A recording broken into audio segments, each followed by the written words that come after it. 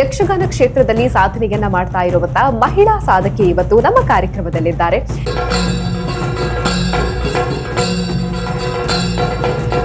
ಮಹಿಷಾಸುರ ಪಾತ್ರವನ್ನ 50ಕ್ಕಿಂತಲೂ ಹೆಚ್ಚು ಬಾರಿ ನಿರ್ವಹಿಸಿದ್ದೀರಾ ಅನ್ನುವಂಥದ್ದು. ಧಾರಾಕಾರವಾಗಿ ಕಣ್ಣಲ್ಲಿ ನೀರನ್ನು ಸುರಿಸುತ್ತಾ ಇದ್ದೀಯಲ್ಲ ತಾಯಿ. ರಾಜಾಂಗಣದಲ್ಲಿ ಬಂಡೆಯನ್ನೇ ಚೆಂಡಾಗಿ ಇಟ್ಟುಕೊಂಡು ಆಟವಾಡುತ್ತಾ ಇದ್ದೆ. ಒಂದೇ ಸಮನೆಯಲ್ಲಿ ಕರೆದೆಯಲ್ಲ ತಾಯಿ. ಓಡೋಡಿ ಬಂದಿದ್ದೇನೆ. ಧಾರಾಕಾರವಾದಂತಹ ಕಣ್ಣೀರು ಕೇಶವನ್ನು ಬಿಚ್ಚಿಕೊಂಡಿದ್ದೀಯಲ್ಲಮ್ಮ. ಏನಾಯಿತು? ಯಾರಿಂದ ಬಂದ ತೊಂದರೆ ಹೇಳು ತಾಯಿ.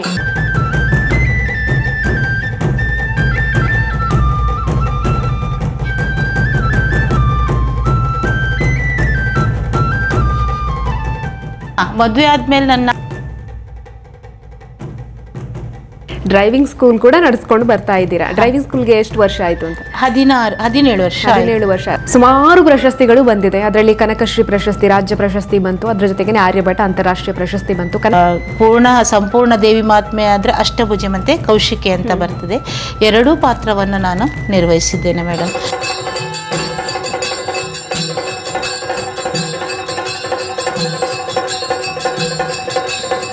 ನಾವು ಪುತ್ತೂರಿಗೆ ಬರಬೇಕಿದ್ರೆ ನಾವು ಖಾಲಿ ಕೈಯಲ್ಲೇ ಬಂದಿದ್ದು.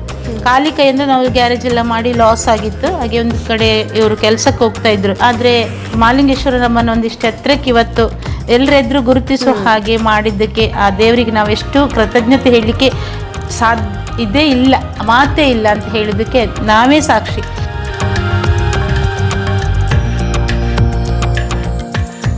ನಮಸ್ಕಾರ ವೀಕ್ಷಕರೇ, ವಿಶೇಷ ಕಾರ್ಯಕ್ರಮಕ್ಕೆ ಸ್ವಾಗತ. ನಾನು ಸುಮಿತ್ರ. ಯಕ್ಷಗಾನ ಅಂದ್ರೆ ಅದು ಗಂಡು ಕಲೆ ಅನ್ನುವಂತಹ ಮಾತಿತ್ತು. ಆದ್ರೆ ಈಗ ಯಕ್ಷಗಾನ ಅನ್ನುವಂಥದ್ದು ಗಂಡು ಕಲೆಯಾಗಿ ಉಳಿದಿಲ್ಲ. ಹೆಣ್ಣು ಮಕ್ಕಳು ಕೂಡ ಯಕ್ಷಗಾನದಲ್ಲಿ ಸಮರ್ಥವಾಗಿ ತೊಡಗಿಸಿಕೊಂಡಿದ್ದಾರೆ. ಬಣ್ಣ ಹಚ್ಚಿ, ವೇಷಭೂಷಣ, ಗೆಜ್ಜೆ ತೊಟ್ಟು ರಂಗಸ್ಥಳದಲ್ಲಿ ಧೇಂಗಿಣಕ್ಕೆ ಸರಿಯಾಗಿ ಕುಣಿತಾರೆ. ಏರು ಧ್ವನಿಯಲ್ಲಿ, ಮಾತುಗಾರಿಕೆಯಲ್ಲಿ ಕೂಡ ಸೈರಿಸಿಕೊಂಡಿದ್ದಾರೆ. ಯಕ್ಷಗಾನ ಕ್ಷೇತ್ರದಲ್ಲಿ ಸಾಧನೆಯನ್ನ ಮಾಡ್ತಾ ಇರುವಂತಹ ಮಹಿಳಾ ಸಾಧಕಿ ಇವತ್ತು ನಮ್ಮ ಕಾರ್ಯಕ್ರಮದಲ್ಲಿದ್ದಾರೆ. ಇವರು ಯಕ್ಷಗಾನದಲ್ಲಿ ಹಲವು ಪಾತ್ರಗಳನ್ನು ನಿರ್ವಹಿಸಿದ್ದಾರೆ. ಅದರಲ್ಲಿ ಕೂಡ ವಿಶೇಷವಾಗಿ ಯಕ್ಷಗಾನದಲ್ಲಿ ಬಲು ಕಷ್ಟ ಅನ್ನುವಂತಹ ಮಹಿಷಾಸುರ ಪಾತ್ರವನ್ನ ಸುಮಾರು 50ಕ್ಕೂ ಹೆಚ್ಚು ಬಾರಿ ನಿರ್ವಹಿಸಿದ್ದಾರೆ. ದೇವಿಯ ಪಾತ್ರವನ್ನ ಸುಮಾರು 20ಕ್ಕಿಂತಲೂ ಹೆಚ್ಚು ಬಾರಿ ನಿರ್ವಹಿಸಿದ್ದಾರೆ. ಇನ್ನು ಹಲವಾರು ಪಾತ್ರಗಳನ್ನ ಕೂಡ ಅಭಿನಯ ಮಾಡಿ ಸೈರಿಸಿಕೊಂಡಿದ್ದಾರೆ. ಇದರ ಜೊತೆಗೇನೆ ನಾಟಕದಲ್ಲಿ ಕೂಡ ಅಭಿನಯವನ್ನ ಮಾಡಿದ್ದಾರೆ. ಸಾಹಿತ್ಯದಲ್ಲಿ ಅಭಿರುಚಿಯನ್ನ ಹೊಂದಿದ್ದಾರೆ. ಇವೆಲ್ಲದರ ಜೊತೆಗೆ ಡ್ರೈವಿಂಗ್ ಸ್ಕೂಲ್ ಅನ್ನ ಕೂಡ ಮುನ್ನಡೆಸ್ತಾ ಇದ್ದಾರೆ. ವಿಶೇಷವಾಗಿರುವಂತಹ ಸಾಧಕಿ ಇವರು ಮಾಡಿರುವಂತಹ ಸಾಧನೆಗೆ ರಾಜ್ಯ, ರಾಷ್ಟ್ರ, ಅಂತಾರಾಷ್ಟ್ರೀಯ ಮಟ್ಟದ ಪ್ರಶಸ್ತಿಗಳು ಕೂಡ ಇವರ ಮುಡಿಗೇರಿದೆ. ಇವತ್ತು ನಮ್ಮ ಕಾರ್ಯಕ್ರಮದಲ್ಲಿ ಮಹಿಳಾ ಸಾಧಕಿಯಾಗಿರುವಂತಹ ಪ್ರೇಮ ಕಿಶೋರ್ ಅವರಿದ್ದಾರೆ. ಬನ್ನಿ ಅವರನ್ನ ಪ್ರೀತಿಯಿಂದ ಕಾರ್ಯಕ್ರಮಕ್ಕೆ ಸ್ವಾಗತಿಸೋಣ. ಕಾರ್ಯಕ್ರಮಕ್ಕೆ ಸ್ವಾಗತ ನಿಮಗೆ. ನಮಸ್ತೆ ಮೇಡಮ್. ಗುರುಭ್ಯೋ ನಮಃ. ಕತ್ತಲೆಯಲ್ಲಿ ಇರುವಂಥ ನನ್ನನ್ನು ಇಷ್ಟು ದೊಡ್ಡ ಬೆಳಕಿನೆಡೆಗೆ ತಂದು ಕೂರಿಸಿದಂಥ ಎಲ್ಲ ಗುರುವೃಂದದವರಿಗೂ ಕೂಡ ಈ ಕಾರ್ಯಕ್ರಮದ ಮೂಲಕ ಅವರಿಗೆ ಕೃತಜ್ಞತೆಯನ್ನು ನಾನು ಸಲ್ಲಿಸ್ತಾ ಇದ್ದೇನೆ, ಪ್ರಣಾಮವನ್ನು ಸಲ್ಲಿಸ್ತಾ ಇದ್ದೇನೆ ಮೇಡಮ್. ಹೇಗಿದ್ದೀರಾ? ಚೆನ್ನಾಗಿದ್ದೀನಿ. ಆರಾಮ. ಓಕೆ. ಎಲ್ಲ ಕ್ಷೇತ್ರದಲ್ಲೂ ಗುರುತಿಸಿಕೊಂಡಿದ್ದೀರಾ, ಹಾಗಾಗಿ ಬಿಸಿ ಆಗಿಯೇ ಇರ್ತೀರಾ. ಅದ್ರ ನಡುವೆ ನಮಗೆ ಟೈಮ್ ಮಾಡ್ಕೊಂಡು ಇವತ್ತು ಇಲ್ಲಿಗೆ ಬಂದಿದ್ದಕ್ಕೆ ಧನ್ಯವಾದಗಳನ್ನ ಫಸ್ಟ್ ಆಫ್ ಆಲ್ ಹೇಳೋದಕ್ಕೆ ಇಷ್ಟಪಡ್ತೀನಿ. ಅದರ ಜೊತೆಗೇನೆ ನಿಮಗೆ ಈ ಬಾರಿ ಆರ್ಯಭಟ ಪ್ರಶಸ್ತಿ ಬೇರೆ ಬಂದಿದೆ ಮೇಡಮ್. 2026 ಅಂತಾರಾಷ್ಟ್ರೀಯ ಮಟ್ಟದ ಆರ್ಯಭಟ ಪ್ರಶಸ್ತಿ ಬಂದಿರುವಂಥದ್ದು. ಅದಕ್ಕೋಸ್ಕರ ಕಂಗ್ರ್ಯಾಚುಲೇಷನ್ಸ್ ನಿಮಗೆ. ಧನ್ಯವಾದಗಳು. ಓಕೆ. ನಿಮ್ಮ ಯಕ್ಷಗಾನದ ಜರ್ನಿಯ ಬಗ್ಗೆ ನಾವು ಪ್ರಥಮವಾಗಿ ಮಾತಾಡೋಣ. ಯಾಕೆಂತ ಹೇಳಿದ್ರೆ ಯಕ್ಷಗಾನದ ಮೂಲಕನೇ ನೀವು ಹೆಚ್ಚಾಗಿ ತೊಡಗಿಸಿಕೊಂಡವರು. ಅದರ ಜೊತೆಗೇನೆ ಉತ್ತಮವಾಗಿರುವಂಥ ಬಳಗವನ್ನ ಕೂಡ ಕಟ್ಟಿಕೊಂಡಿದ್ದೀರಾ. ಆ ಮೂಲಕ ಅದೆಷ್ಟೋ ಮಹಿಳೆಯರು ಕೂಡ ಯಕ್ಷಗಾನದಲ್ಲಿ ಮುಂದೆ ಬರಬೇಕು ಅನ್ನೋದನ್ನ ತೋರಿಸಿಕೊಟ್ಟಿದ್ದೀರಾ ನೀವು. ಹಾಗಾಗಿ ನಿಮ್ಮ ಯಕ್ಷಗಾನ ಜರ್ನಿಗೆ ಎಷ್ಟು ವರ್ಷ ಆಯಿತು ಅಂತ? ಪ್ರಥಮವಾಗಿ ಹೇಳಬೇಕಂತ ಹೇಳಿದರೆ ಮೇಡಮು, ಮೂಲತಃ ನಾನು ಕುಂದಾಪುರದವಳು. ಹಾಗೆ ನನ್ನ ತಂದೆ ಸಣ್ಣಯ್ಯ, ಅಮ್ಮ ಗಿರಿಜಾ. ಹಾಗೆ ನಾವಿಬ್ಬರು ಮಕ್ಕಳು. ನನ್ನ ತಮ್ಮ ಒಬ್ಬನಿದ್ದಾರೆ, ನಾನು ಇಬ್ಬರು ಮಕ್ಕಳು. ನಂಗೆ ಮದುವೆ ಮಾಡಿ ಕೊಟ್ಟಿದ್ದು ಶಿವಮೊಗ್ಗಕ್ಕೆ. ನಾವೀಗ ಇಲ್ಲಿಗೆ ಬಂದು 25 ವರ್ಷ ಆಯಿತು. ಪುತ್ತೂರಲ್ಲಿ ನನ್ನ ಗಂಡ ಕೆಲಸ ಮಾಡ್ತಾಯಿದ್ರು. ಯಕ್ಷಗಾನದ ಅಭಿರುಚಿ ನನಗೆ ಹೇಗೆ ಬಂತಂತ ಹೇಳಿದರೆ, ನಮ್ಮ ಪರಿಸರ ಕುಂದಾಪುರ ಅಂತ ಹೇಳೋದು ಯಕ್ಷಕಾಶಿ ಅಂತೇಳಿ ಹೆಸರನ್ನು ಪಡೆದಿರುವಂಥದ್ದು. ಹಾಗಾಗಿ ನಾವು ಸಣ್ಣದ್ರಿಂದ ಯಕ್ಷಗಾನವನ್ನೇ ನೋಡಿಕೊಂಡು ಬೆಳೆದ ಕಾರಣ ಅದಕ್ಕೆ ನನಗೆ ಯಕ್ಷಗಾನದಲ್ಲಿ ನನಗೆ ಚಿಗುರೊಡೆಯಲಿಕ್ಕೆ, ಮೊಳಕೆ ಬರಲಿಕ್ಕೆ, ಆಸಕ್ತಿ ಬರಲಿಕ್ಕೆ ನಾನು ಸಣ್ಣದಿಂದ ಒಂದು 2-3ನೇ ಕ್ಲಾಸಿಂದ ನಾವು ಒಂದು ರಜೆಯಲ್ಲಿ 20-30 ಯಕ್ಷಗಾನ ಬಯಲಾಟಗಳನ್ನು ನೋಡ್ತಿದ್ವಿ. ಆವಾಗ ಒಂದು ಸಣ್ಣ ಮನಸ್ಸಿತ್ತು ನನಗೆ, ನಾವು ಕೂಡ ಇದೇ ರೀತಿ ಯಕ್ಷಗಾನವನ್ನು ಮಾಡಬೇಕು, ವೇಷ ಹಾಕಬೇಕು, ಎಲ್ಲ ಕನಸುಗಳು ಆಗಲೇ ನನಗೆ ಕಟ್ಟಿದೆ. ಅದಕ್ಕೆಲ್ಲ ಕಾರಣ ಅಷ್ಟು ಮಾತ್ರವಲ್ಲದೆ ಅಂತಾರಾಷ್ಟ್ರೀಯ ಮಟ್ಟದಲ್ಲಿ ಒಂದು 40 ವರ್ಷಗಳ ಹಿಂದೆಯೇ ಒಂದು ಯಕ್ಷಗಾನಕ್ಕೆ ಸ್ಥಾನಮಾನವನ್ನು ಮಾಡಿಕೊಟ್ಟಂಥ ಶಿವರಾಮ ಕಾರಂತರು ಹುಟ್ಟಿದಂಥ ನಮ್ಮ ಪರಿಸರ, ಅವರ ಗಾಳಿಯಲ್ಲೇ ನಾವು ಓಡಾಡಿದವರು, ಅವರನ್ನು ಜೀವಂತವಾಗಿ ನಾವು ಮಾತನಾಡಿಸಿದವರು. ಹಾಗಾಗಿ ಯಕ್ಷಗಾನದ ಬಗ್ಗೆ ಅಷ್ಟು ಆಸಕ್ತಿ ಬರಲು ಮೂಲ ಕಾರಣವೇ ನಮ್ಮ ಕುಂದಾಪುರ. ಓಕೆ, ನಿಮಗೆ ಫ್ಯಾಮಿಲಿ ಬ್ಯಾಕ್ಗ್ರೌಂಡ್ ಕೂಡ ಯಕ್ಷಗಾನ ಇತ್ತ ಹೇಗೆ? ಇದ್ದಾರೆ, ನಮ್ಮ ರಿಲೇಷನ್ಸ್, ನಮ್ಮ ಮನೆಯಲ್ಲಿ ಅಂತ ಇಲ್ಲ, ನಮ್ಮ ಅಜ್ಜಿಯ ಮನೆಯಲ್ಲಿ ತುಂಬ ಜನ ಹೆರಂಜಲ್ಲು, ಗೋಪಾಲ್ ಗಾಣಿಗರು ಅಂತ ಹೇಳಿದರೆ ಅಂತಾರಾಷ್ಟ್ರೀಯ ಪ್ರಶಸ್ತಿಯನ್ನು ಅವರು ಪಡೆದುಕೊಂಡವರು, ಅವರೆಲ್ಲ ನಮ್ಮ ಹತ್ತಿರದ ರಿಲೇಷನ್ಸ್ ಆಗಿ ಇತ್ತು. ಮತ್ತು ಎಲ್ಲದಕ್ಕಿಂತ ಹಾಗೆ ನಾವು ನೋಡಿ ಅದನ್ನು ಆಸ್ವಾದಿಸಿದ ಕಾರಣ ನನಗದ್ರ ಮೇಲೆ ಹೆಚ್ಚು ಒಲವು ಮೂಡಿತ್ತು. ಎಷ್ಟನೇ ಕ್ಲಾಸ್ನಲ್ಲಿ ಇರಬೇಕಾದ್ರೆ ಯಕ್ಷಗಾನ ಪ್ರಾರಂಭ ಮಾಡಿದ್ದು? ಸ್ಟಾರ್ಟ್ ಮಾಡಲಿಕ್ಕೆ ನಾವೊಂದು 8ನೇ ಕ್ಲಾಸಲ್ಲಿ ಇರುವಾಗಲೇ ಕೋಟ ಶಿವಾನಂದ ಅವರಲ್ಲಿ, ಹಂದೆಯವರಲ್ಲಿ ಯಕ್ಷಗಾನ ಭರತನಾಟ್ಯ ಕಲಿಬೇಕಂತ ಒಂದು ಆಸೆ. ಆಗ ನಮ್ಗೆ ಅಷ್ಟೆಲ್ಲ ಒಂದು ಅವಕಾಶ ಇರಲಿಲ್ಲ, ತುಂಬ ಬಡತನ ಇತ್ತು. ಆದರೂ ಕೂಡ ಒಂದು ಆಸಕ್ತಿ, ಕಲಿಬೇಕು ಅಂತ ಹೇಳಿ 1-2 ಸರಿ ಹೋದಾಗ ಅದು ಏನೋ ನಿಲ್ಲಾಯಿತು, ಹೋಗೋಕ್ಕಾಗಲಿಲ್ಲ. ಆಮೇಲೆ ನಾಟಕದಲ್ಲೆಲ್ಲ ಅಲ್ಲಿ ಶಾಕುಂತಳೆ ನಾಟಕ ಅಂತ ನಮ್ಮ ಸ್ಕೂಲ್ ಡೇ ಟೈಮಲ್ಲಿ ಮಾಡಲಿಕ್ಕೆ ನನಗೆ ಶಾಕುಂತಳೆಯ ಆ ಪಾತ್ರವನ್ನು ಕೊಟ್ಟಿದ್ದರು. ಆಗ ಒಂದು ಸಣ್ಣ ತುಣುಕನ್ನು ಯಕ್ಷಗಾನ ಕೂಡ ಮಾಡುವ, ನಿನಗೆ ನೋಡುವಾಗ ಯಾವ ವೇಷ ಮಾಡಿದ್ರು ಆಗ್ತದೆ ನಿನಗೆ ಅಂತ ಅವ್ರು ಹೇಳಿದ್ರು. ಆಗ ಒಂದು ಸಣ್ಣ ವೇಷವನ್ನು ಮಾಡಿದ್ದೆ. ಆಮೇಲೆ 1-2-3 ಸರಿ ಸಣ್ಣ ಸಣ್ಣ ವೇಷಗಳನ್ನು ಮಾಡಿ ಮತ್ತು ಅದು ಬಿಟ್ಟು ಹೋಯಿತು. ಮತ್ತೆ ಮುಂದುವರೆದದ್ದು ಯಕ್ಷಗಾನ ಮುಂದುವರೆದು ನನ್ನ ಮದುವೆ ಆದ ನಂತರನೇ. ಓಕೆ ಓಕೆ, ಮದುವೆ ಆದಮೇಲೆ ಇಲ್ಲಿ ಸಪೋರ್ಟ್ ಇತ್ತ ಹೇಗೆ? ಮದುವೆ ಆದಮೇಲೆ ನನ್ನ ಅತ್ತೆ ಕೂಡ ಟೀಚರ್, ಅವರು ಕೂಡ ಒಂದು ತಂಡದಲ್ಲಿ ಯಕ್ಷಗಾನಕ್ಕೆ ಹೋಗ್ತಾ ಇದ್ರು. ಹಾಗೆ ಮತ್ತೆ ಅವ್ರಿಗೆ ರಿಟೈರ್ಡ್ ಆದ ನಂತರ ಹೇಳಿದರು, ರಿಟೈರ್ಡ್ ಆಗ್ಲಿಕ್ಕೆ ಒಂದು 4-5 ವರ್ಷ ಇರುವಾಗಲೇ ಹೇಳಿದರು, ನನಗಿನ್ನ ಆಗಲ್ಲ, ನನ್ನ ಸೊಸೆಯನ್ನು ನಿಮ್ಮ ತಂಡಕ್ಕೆ ಸೇರಿಸ್ತೀನಿ ಅಂತ. ಬಡಗಿನಲ್ಲಿ ಗುರುನಂದನ್ ಅಂತ ಗುರುಗಳು, ಅವರು ಬಡಗಿನ ಯಕ್ಷಗಾನ ಕ್ಲಾಸನ್ನು ನನಗೆ ಚೆನ್ನಾಗಿ ಹೇಳಿಕೊಟ್ರು. ಮತ್ತು ಈಗಲೂ ಕೂಡ ಅವ್ರ ಜೊತೆಗೆ ನಾನು ಬಡಗಿನ ಯಕ್ಷಗಾನಕ್ಕೆ ಹೋಗ್ತಾ ಇರ್ತೇನೆ. ಓಕೆ, ಇದರ ಬಗ್ಗೆ ಕಂಟಿನ್ಯೂ ಮಾಡುವ. ಅದಕ್ಕಿಂತ ಮುಂಚೆ ನಿಮ್ಮ ಬಾಲ್ಯ ಹೇಗಿತ್ತು ಅಂತ ಕೇಳುವಂಥ ಕ್ಯೂರಿಯಾಸಿಟಿ ಇದೆ. ಯಾಕೆಂತ ಹೇಳಿದ್ರೆ ಕುಂದಾಪುರ ಭಾಗ, ಅಲ್ಲಿ ಯಕ್ಷಗಾನ ಅನ್ನುವಂಥದ್ದು ಫೇಮಸ್ ಆಗಿದೆ, ಅದನ್ನು ನೋಡ್ಕೊಂಡು ಬೆಳೆದಿದ್ದೀರಾ ಅನ್ನುವಂಥದ್ದನ್ನು ಹೇಳಿದ್ರಿ. ಹಾಗಾಗಿ ಬಾಲ್ಯ ಹೇಗಿತ್ತು, ಎಜುಕೇಷನ್ ಮಾಡಿದ್ದು ಎಲ್ಲಿ, ಅದರ ಬಗ್ಗೆ ಹೇಳ್ತಾರೆ. ನಾವು ಕುಂದಾಪುರ ಅಂತ ಹೇಳಿದರೆ ಕುಂದಾಪುರ ಅಲ್ಲ, ಅದರೊಳಗಡೆ ಕೋಟೇಶ್ವರ. ನನ್ನ ತಂದೆ ಮನೆ ಶಂಕರನಾರಾಯಣ. ಕೋಟೇಶ್ವರದಲ್ಲಿ ಬೀಜಾಡಿ ಅನ್ನೋಂಥ ಸಣ್ಣ ಸ್ಕೂಲಲ್ಲಿ ನಾವು ಎಜುಕೇಷನ್ 7ನೇ ಕ್ಲಾಸ್ ತನಕ ಅಲ್ಲಿ ಮಾಡಿದ್ದು. ಕೋಟೇಶ್ವರದಲ್ಲಿ ಹೈಸ್ಕೂಲೆಲ್ಲ ಮಾಡಿದ್ದು. 1-2 ವರ್ಷ ನಾನು ಶಂಕರನಾರಾಯಣದ ಹತ್ರ ಒಂದು ಕುಳ್ಳುಂಜಿ ಅಂತ ಶಾಲೆ ಇದೆ, ಅಲ್ಲಿ ಸಹ ಮಾಡಿದೆ. ಒಂದು 10th ಮುಗಿಸಿದ್ದೇನೆ. ಆಮೇಲೆ PUC ಕಟ್ಟಿ ಪಾಸ್ ಮಾಡ್ಕೊಂಡಿದ್ದು, ಮದುವೆ ಆದಮೇಲೆ ಪಾಸ್ ಮಾಡ್ಕೊಂಡಿದ್ದು. ಹಾಗೆ ಯಕ್ಷಗಾನ ಹೀಗೆ ನಮ್ಮ ಬಾಲ್ಯದ ಜೀವನ ಕೂಡ ಇದೇ ರೀತಿ ಒಂದು ಬಡತನದಲ್ಲಿ ಕೃಷಿ ಮತ್ತು ಕುಂದಾಪುರದ ಭಾಷೆ ಅದು ಇದು ಆ ಥರ ಇದರಲ್ಲಿ ಬೆಳ್ಕೊಂಡು ಹೋಯಿತು. ಓಕೆ, ನೀವು ಇವಾಗ ಯಕ್ಷಗಾನದಲ್ಲಿ ಮುಂದುವರಿತೇವೆ, ಇಷ್ಟೊಂದು ಸಾಧನೆಯನ್ನು ಮಾಡ್ತೇನೆ ಅಂತ ಅಂದ್ಕೊಂಡಿದ್ರ? ಆವಾಗ ಅಂದ್ಕೊಳ್ಳೋದು ಮನಸ್ಸಲ್ಲಿ ಬಂದು ಹೋಗ್ತಿತ್ತು, ಆಗುತ್ತಾ ಅನ್ನೋದೊಂದು ಯೋಚನೆ ಇತ್ತು ನನಗೆ. ಯಾಕಂತ ಹೇಳಿದ್ರೆ ನಮ್ಮದೆಲ್ಲ ಅಂದರೆ ಸ್ವಲ್ಪ ಸಾಂಪ್ರದಾಯಿಕವಾದಂಥ ಒಂದು ಕುಟುಂಬ. ಅಂದರೆ ದೊಡ್ಡದಾದ್ಮೇಲೆ ಮಕ್ಕಳು ಯಾವುದಕ್ಕೂ ಹೋಗಬಾರ್ದು, ಹೆಣ್ಮಕ್ಳು ಸ್ವಲ್ಪ ದೊಡ್ಡದಾದ್ಮೇಲೆ ಮೆಜಾರಿಟಿ ಬಂದಮೇಲೆ ಮಕ್ಕಳು ಎಲ್ಲೂ ಹೋಗಬಾರ್ದು ಅನ್ನೋ ಒಂದು ಪದ್ಧತಿ ಈಗಲೂ ಕೂಡ ಇಟ್ಕೊಂಡ್ರೆ ಒಳ್ಳೇದು. ಅದು ನಾವು ಅದೆಲ್ಲ ಇತ್ತು ನಮಗೆ. ಹಾಗಾಗಿ ಯಾವುದಕ್ಕೂ ಇದಕ್ಕೆ ನಮ್ಮ ಮನಸ್ಸಲ್ಲಿದ್ದರೂ ಕೂಡ ಅವಕಾಶ ಇಲ್ವೇನೋ ಅನ್ನೋದೇ ನಮಗೆ ಇತ್ತು. ಆದರೆ ನಂಗೆ ಮದುವೆ ಆದಮೇಲೆ ಕೆಲವ್ರು ಹೇಳ್ತಾರೆ ಮದುವೆ ಆದಮೇಲೆ ಮಾಡೋಕ್ಕಾಗಲ್ಲ ಅಂತ.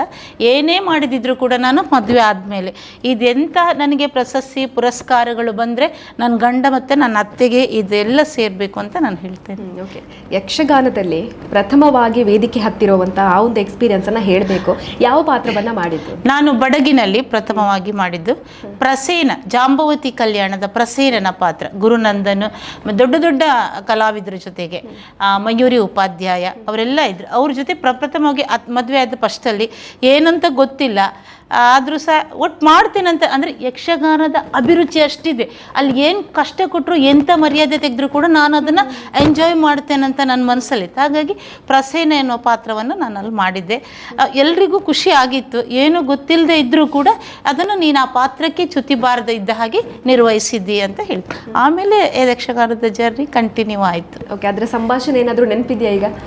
ಪ್ರಸೇನನ ಸಂಭಾಷಣೆ ಅಷ್ಟು ನೆನಪಿಲ್ಲ. ಅಂದರೆ ಪ್ರಸೇನ ಅಂತ ಹೇಳಿದರೆ ಅದ್ರ ಈಗ ಮಾಡೋದನ್ನು ನಾನು ಹೇಳ್ತೀನಿ. ಅದು ಆವಾಗ ಏನು ಮಾಡಿದ್ನೋ ಗೊತ್ತಾಗಿಲ್ಲ, ನನಗೆ ನೆನಪು ಬರಲ್ಲ. ತುಂಬ ವರ್ಷ ಆಯಿತು, ಒಂದು 15 ವರ್ಷ ಆಯಿತು.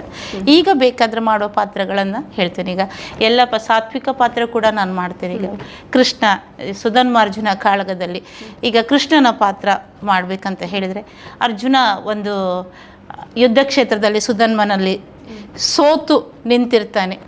ಅರ್ಜುನ ಪ್ರಾರ್ಥನೆ ಮಾಡ್ತಾನೆ, ಕೃಷ್ಣ ಹೀಗಾಯ್ತಲ್ಲ ಅಂತ.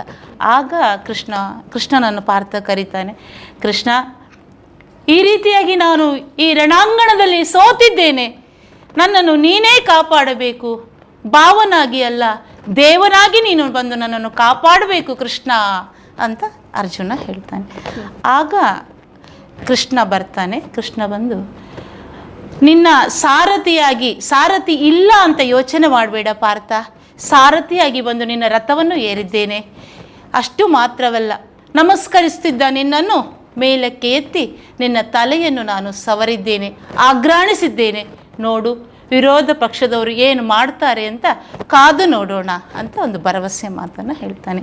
ಈ ಪಾತ್ರವನ್ನು ಮಾಡುವುದಕ್ಕೆ ನನಗೆ ಪ್ರೇರಣೆ ಆದವರು, ಈ ಸಂಭಾಷಣೆಯನ್ನು ಕಲಿಸಿದವರು ಪದ್ಮ ಆಚಾರ್ಯರು. ಅವರು ಧೀಶಕ್ತಿ ಯಕ್ಷ ಬಳಗದ ಅವರು ಗುರುಗಳು. ಅವರು ಮಾತಾಡುವಂಥ ಒಂದು ಎಲ್ಲ ಯಾವ ರೀತಿ ಮಾತಾಡಬೇಕನ್ನುವಂಥ ರೀತಿಯನ್ನು ಕಲಿಸಿಕೊಟ್ಟದ್ದು ಅವರು. ಹಾಗೆ ಯಕ್ಷಗಾನದ ಜರ್ನಿ ಮುಂದುವರಿತಾ. ಇಲ್ಲಿವರೆಗೆ ಎಷ್ಟು ಗುರುಗಳು ನೀವು ನೋಡಿದ್ದೀರಿ? ಪ್ರಪ್ರಥಮವಾಗಿ ನಾವು ಇಲ್ಲಿ ಗೋವಿಂದ ಪಾಲಚರ್ ಈಗಲೂ ಇದ್ದಾರೆ, ಮಹಾನ್ ಗುರುಗಳವರು.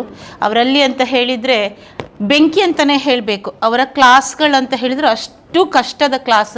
ಕಷ್ಟ ಅಂತೇಳಿ ಅಲ್ಲಿ ಒಮ್ಮೆ ನಾವು ಪಳಗಿ ಬಂದ ಮೇಲೆ ಎಷ್ಟು ದೊಡ್ಡ ಕಲಾವಿದರು ಎದುರಿಗೂ ಕೂಡ ಯಕ್ಷಗಾನಕ್ಕೆ ಚ್ಯುತಿ ಬಾರದೆ ಇದ್ದ ರೀತಿಯಲ್ಲಿ ಅವರು ಮಾಡಬಹುದು ಅನ್ನುವ ರೀತಿಯಲ್ಲಿ ಅವರು ಒಂದು ಅಭ್ಯಾಸ ಮಾಡಿಸ್ತಾರೆ. ಹಾಗೆ ಅಲ್ಲಿ ಬಳುವಾರಲ್ಲಿ ಅವರು ಕ್ಲಾಸ್ ನಡೀತಿದೆ. ಅವರು ನಿಜವಾಗ್ಲೂ ಯಕ್ಷಗಾನ ಗುರುಗಳಲ್ಲ, ಅವರು ಭಾಗವತಿಗೆ ಮಹಾನ್ ಭಾಗವತರು, ಹಿಂದಿನ ಭಾಗವತರು ಗೋವಿಂದ ಪಾಲಚರ್. ಅವರಲ್ಲಿ ನಾವು ಯಕ್ಷಗಾನ ಮಹಿಳೆಯರಿಗೂ ಎಲ್ರಿಗೂ ಕೂಡ ಕಲಿಸ್ತೇವೆ ಅಂತ ಹೇಳಿದಾಗ ಅಲ್ಲಿಗೆ ಪ್ರಥಮವಾಗಿ ನಾನು ಹೋದಾಗ ಅಲ್ಲಿ ಗುರುಗಳಾಗಿ ದೀವಾನ ಶಿವಶಂಕರ್ ಭಟ್ರು ಬಂದರು. ಅವರಲ್ಲಿ ಯಕ್ಷಗಾನವನ್ನು ಅಭ್ಯಾಸ ಮಾಡ್ತಾ ಒಂದು ದಿವಸ ನನಗಂತೂ ಕೈ ಆ ಕಡೆ ಈ ಕಡೆ ಹೋಗೋದೇ ಇಲ್ಲ. ಹೀಗೆ ಸ್ವಲ್ಪ ಪ್ರಾಯ ಆಯ್ತಲ್ಲ, 30 ವರ್ಷ ಎಲ್ಲ ಆಗ್ತಾಯಿತ್ತು. ಹೀಗೇ ಇತ್ತು. ಅದು ಹಾಗಿರಬಾರ್ದು, ನೇರವಾಗಿ ಇರಬೇಕು ಅಂತೇಳಿ ಒಂದು ಕ್ಲಾಸಲ್ಲಿ ಒಂದು ದೊಣ್ಣೆ ಹಿಡ್ಕೊಂಡು ನನ್ನ ಕೈಯನ್ನು ಹೀಗೇ ನಿಲ್ಲಿಸಿದ್ರು. ಇದು ಕಲಿತ್ರೆ ಮಾತ್ರ ನಿಮಗೆ ಯಕ್ಷಗಾನ ಮಾಡಲಿಕ್ಕೆ ಆಗ್ತದೆ ಅಮ್ಮ, ಯಕ್ಷಗಾನ ಅಭಾಸವಾಗಿ ಇರಬಾರ್ದು, ಕುಣಿತದಲ್ಲಿ ಸ್ವಲ್ಪ ಹೆಚ್ಚು ಕಮ್ಮಿ ಇದ್ದರೂ ತೊಂದರೆ ಇಲ್ಲ, ಮಾಡುವಂಥ ನಾವು ಚೆನ್ನಾಗಿಯೇ ಮಾಡಬೇಕು, ಅದನ್ನು ನೀವು ಮಾಡಿದ್ದಲ್ಲ. ಯಕ್ಷಗಾನ ಅಂತ ಹೇಳೋದು ಹಿಂದಿನಿಂದ ಬರುವಂಥದ್ದು, ಹಿಂದಿನಿಂದ ಇದ್ದಿದ್ದು, ಅದಕ್ಕೆ ಹಾಳು ಮಾಡಲಿಕ್ಕೆ ನಾವ್ಯಾರು ಜನ ಅಲ್ಲ ಅಂತ ಹೇಳಿ ಅಂಥ ಗುರುಗಳ ಜೊತೆಗೆ ನಾನು ಸ್ವಲ್ಪ ದಿವಸ ಕ್ಲಾಸ್ ತಗೊಂಡಿದ್ದೆ.